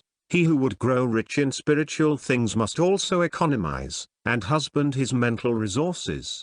He must curb his tongue and his impulses, not wasting his energy in idle gossip, vain argument, or excesses of temper. In this way he will accumulate a little store of wisdom which is his spiritual capital, and this he must send out into the world for the good of others, and the more he uses it the richer will he become. Thus does a man increase in both heavenly wisdom and heavenly riches. The man who follows his blind impulses and desires and does not control and govern his mind is a spiritual spendthrift. He can never become rich in divine things. It is a physical law that if we would reach the summit of a mountain we must climb thither. The path must be sought and then carefully followed, and the climber must not give up and go back because of the labor involved and the difficulties to be overcome, nor on account of aching climbs. Otherwise his object cannot be accomplished. And this law is also spiritual. He who would reach the high altitudes of moral or intellectual grandeur must climb thither by his own efforts. He must seek out the pathway and then assiduously follow it, not giving up and turning back, but surmounting all difficulties, and enduring for a time trials, temptations, and heartaches. And at last he will stand upon the glorious summit of moral perfection, the world of passion, temptation, and sorrow beneath his feet, and the boundless heavens of dignity stretching vast and silent above his head. If a man would reach a distant city, or any place of destination, he must travel thither. There is no law by which he can be instantly transported there. He can only get there by putting forth the necessary exertion. If he walks he will put forth great exertion, but it will cost him nothing in money. If he drives or takes train, there will be less actual labor, but he must pay in money for which he has labored. To reach any place requires labor. This cannot be avoided. It is law. Equally so spiritually, he who would reach any spiritual destination, such as purity, compassion, wisdom, or peace, must travel thither, and must labor to get there. There is no law by which he can suddenly be transported to any of these beautiful spiritual cities. He must find the most direct route and then put forth the necessary labor, and at last he will come to the end of his journey. These are but a few of the many laws, or manifestations of the one great law, which are to be understood, applied and obeyed before the full manhood and maturity of spiritual life and blessedness can be attained. There is no worldly or physical law which is not operative, with equal exactness, in the spiritual realm, that is, the inner and invisible world of man's beings. Just as physical things are the shadows and types of spiritual realities, so worldly wisdom is the reflected image of divine wisdom. All those simple operations of human life in worldly things which men never question, but follow and obey implicitly because of their obvious plainness and exactness, obtain in spiritual things with the same unerring accuracy. And when this is understood, and these laws are as implicitly obeyed in spiritual as in worldly matters, Then has a man reached the firm standing ground of exact knowledge, his sorrows are at an end, and he can doubt no more. Life is uninvolved, uncompromising justice, its operations are simple, invincible logic. Law reigns forever, and the heart of law is love. Favoritism and caprice are the reverse of both law and love. The universe has no favorites, it is supremely just, and gives to every man his rightful earnings. All is good because all is according to law, and because all is according to law, men can find the right way in life, and, having found it, can rejoice and be glad. The Father of Jesus is the unfailing good which is embodied in the law of things. Zero evil can happen to a good man either in life or death. Jesus recognized the good in his own fate, and exonerated all his persecutors from blame. Zero man, he declared, taketh my life from me, but I lay it down of myself. That is, he himself had brought about his own end. He who has, by simplifying his life and purifying his mind, arrived at an understanding of the beautiful simplicity of being, perceives the unvarying operation of law in all things, and knows the result of all his thoughts and deeds upon himself and the world, knows what effects are bound up with the mental causes which he sets in motion. He then thinks and does only those thoughts and deeds that are blessed in their inception, blessed in their growth, and blessed in their completion. Humbly accepting the lawful results of all the deeds done when in a state of ignorance, he neither complains nor fears nor questions, but is at rest in obedience, is perfectly blessed in his knowledge of the good law. The tissue of our life to be we weave with colors all our own, and in the field of destiny we reap as we have sown. And if we reap as we have sown, and take the dole we deal, the law of pain is love alone, the wounding is to heal. Happy endings, such is the law which moves to righteousness, which none at last can turn aside or stay. The heart of it is love, the end of it is peace and consummation sweet. Obey the light. Zero aphasia. So, haply, when thy task shall end, the wrong shall lose itself in right, and all thy weekday Sabbaths blend with the long Sabbath of the light. Whittier. Life has many happy endings, because it has much that is noble and pure and beautiful. Although there is much sin and ignorance in the world, many tears, and much pain and sorrow, there is also much purity and knowledge, many smiles, and much healing and gladness. Zero pure thought, no unselfish deed can fall short of its felicitous result, and every such result is a happy consummation. A pleasant home is a happy ending, a successful life is a happy ending. A task well and faithfully done is a happy ending. To be surrounded by kind friends is a happy ending. A quarrel put away, grudges wiped out, unkind words confessed and forgiven, friend restored to friend, all these are happy endings. To find that which one has long and tediously sought, to be restored from tears to gladness, to awaken in the bright sunlight out of the painful nightmare of sin, to strike, after much searching, the heavenly way in life, these are, indeed, blessed consummations. He who looks for, finds, and enters the byways which I have indicated will come to this one without seeking it, for his whole life will be filled with happy endings. He who begins right and continues right does not need to desire and search for felicitous results. They are already at hand. They follow as consequences. They are the certainties, the realities of life. There are happy endings which belong solely to the material world. These are transient, and they pass away. These are happy endings which belong to the spiritual world. These are eternal, and they do not pass away. Sweeter companionships, pleasures, and material comforts, but they change and fade away. Sweeter still are purity, wisdom, and the knowledge of truth, and these never change nor fade away. Wherever a man goes in this world he can take his worldly possessions with him, but soon he must part company with them, and if he stands upon these alone, deriving all his happiness from them, he will come to a spiritual ending of great emptiness and want. But he has attained to the possession of spiritual things can never be deprived of his source of happiness. He will never have to part company with it, and wherever he goes in the whole universe he will carry his possession with him. his spiritual end will be the fullness of joy. Happy in the eternal happiness is he who has come to that life from which the thought of self is abolished. Already, even now and in this life, he has entered the kingdom of heaven, nirvana, paradise, the New Jerusalem, the Olympus of Jupiter, the Valhalla of the gods.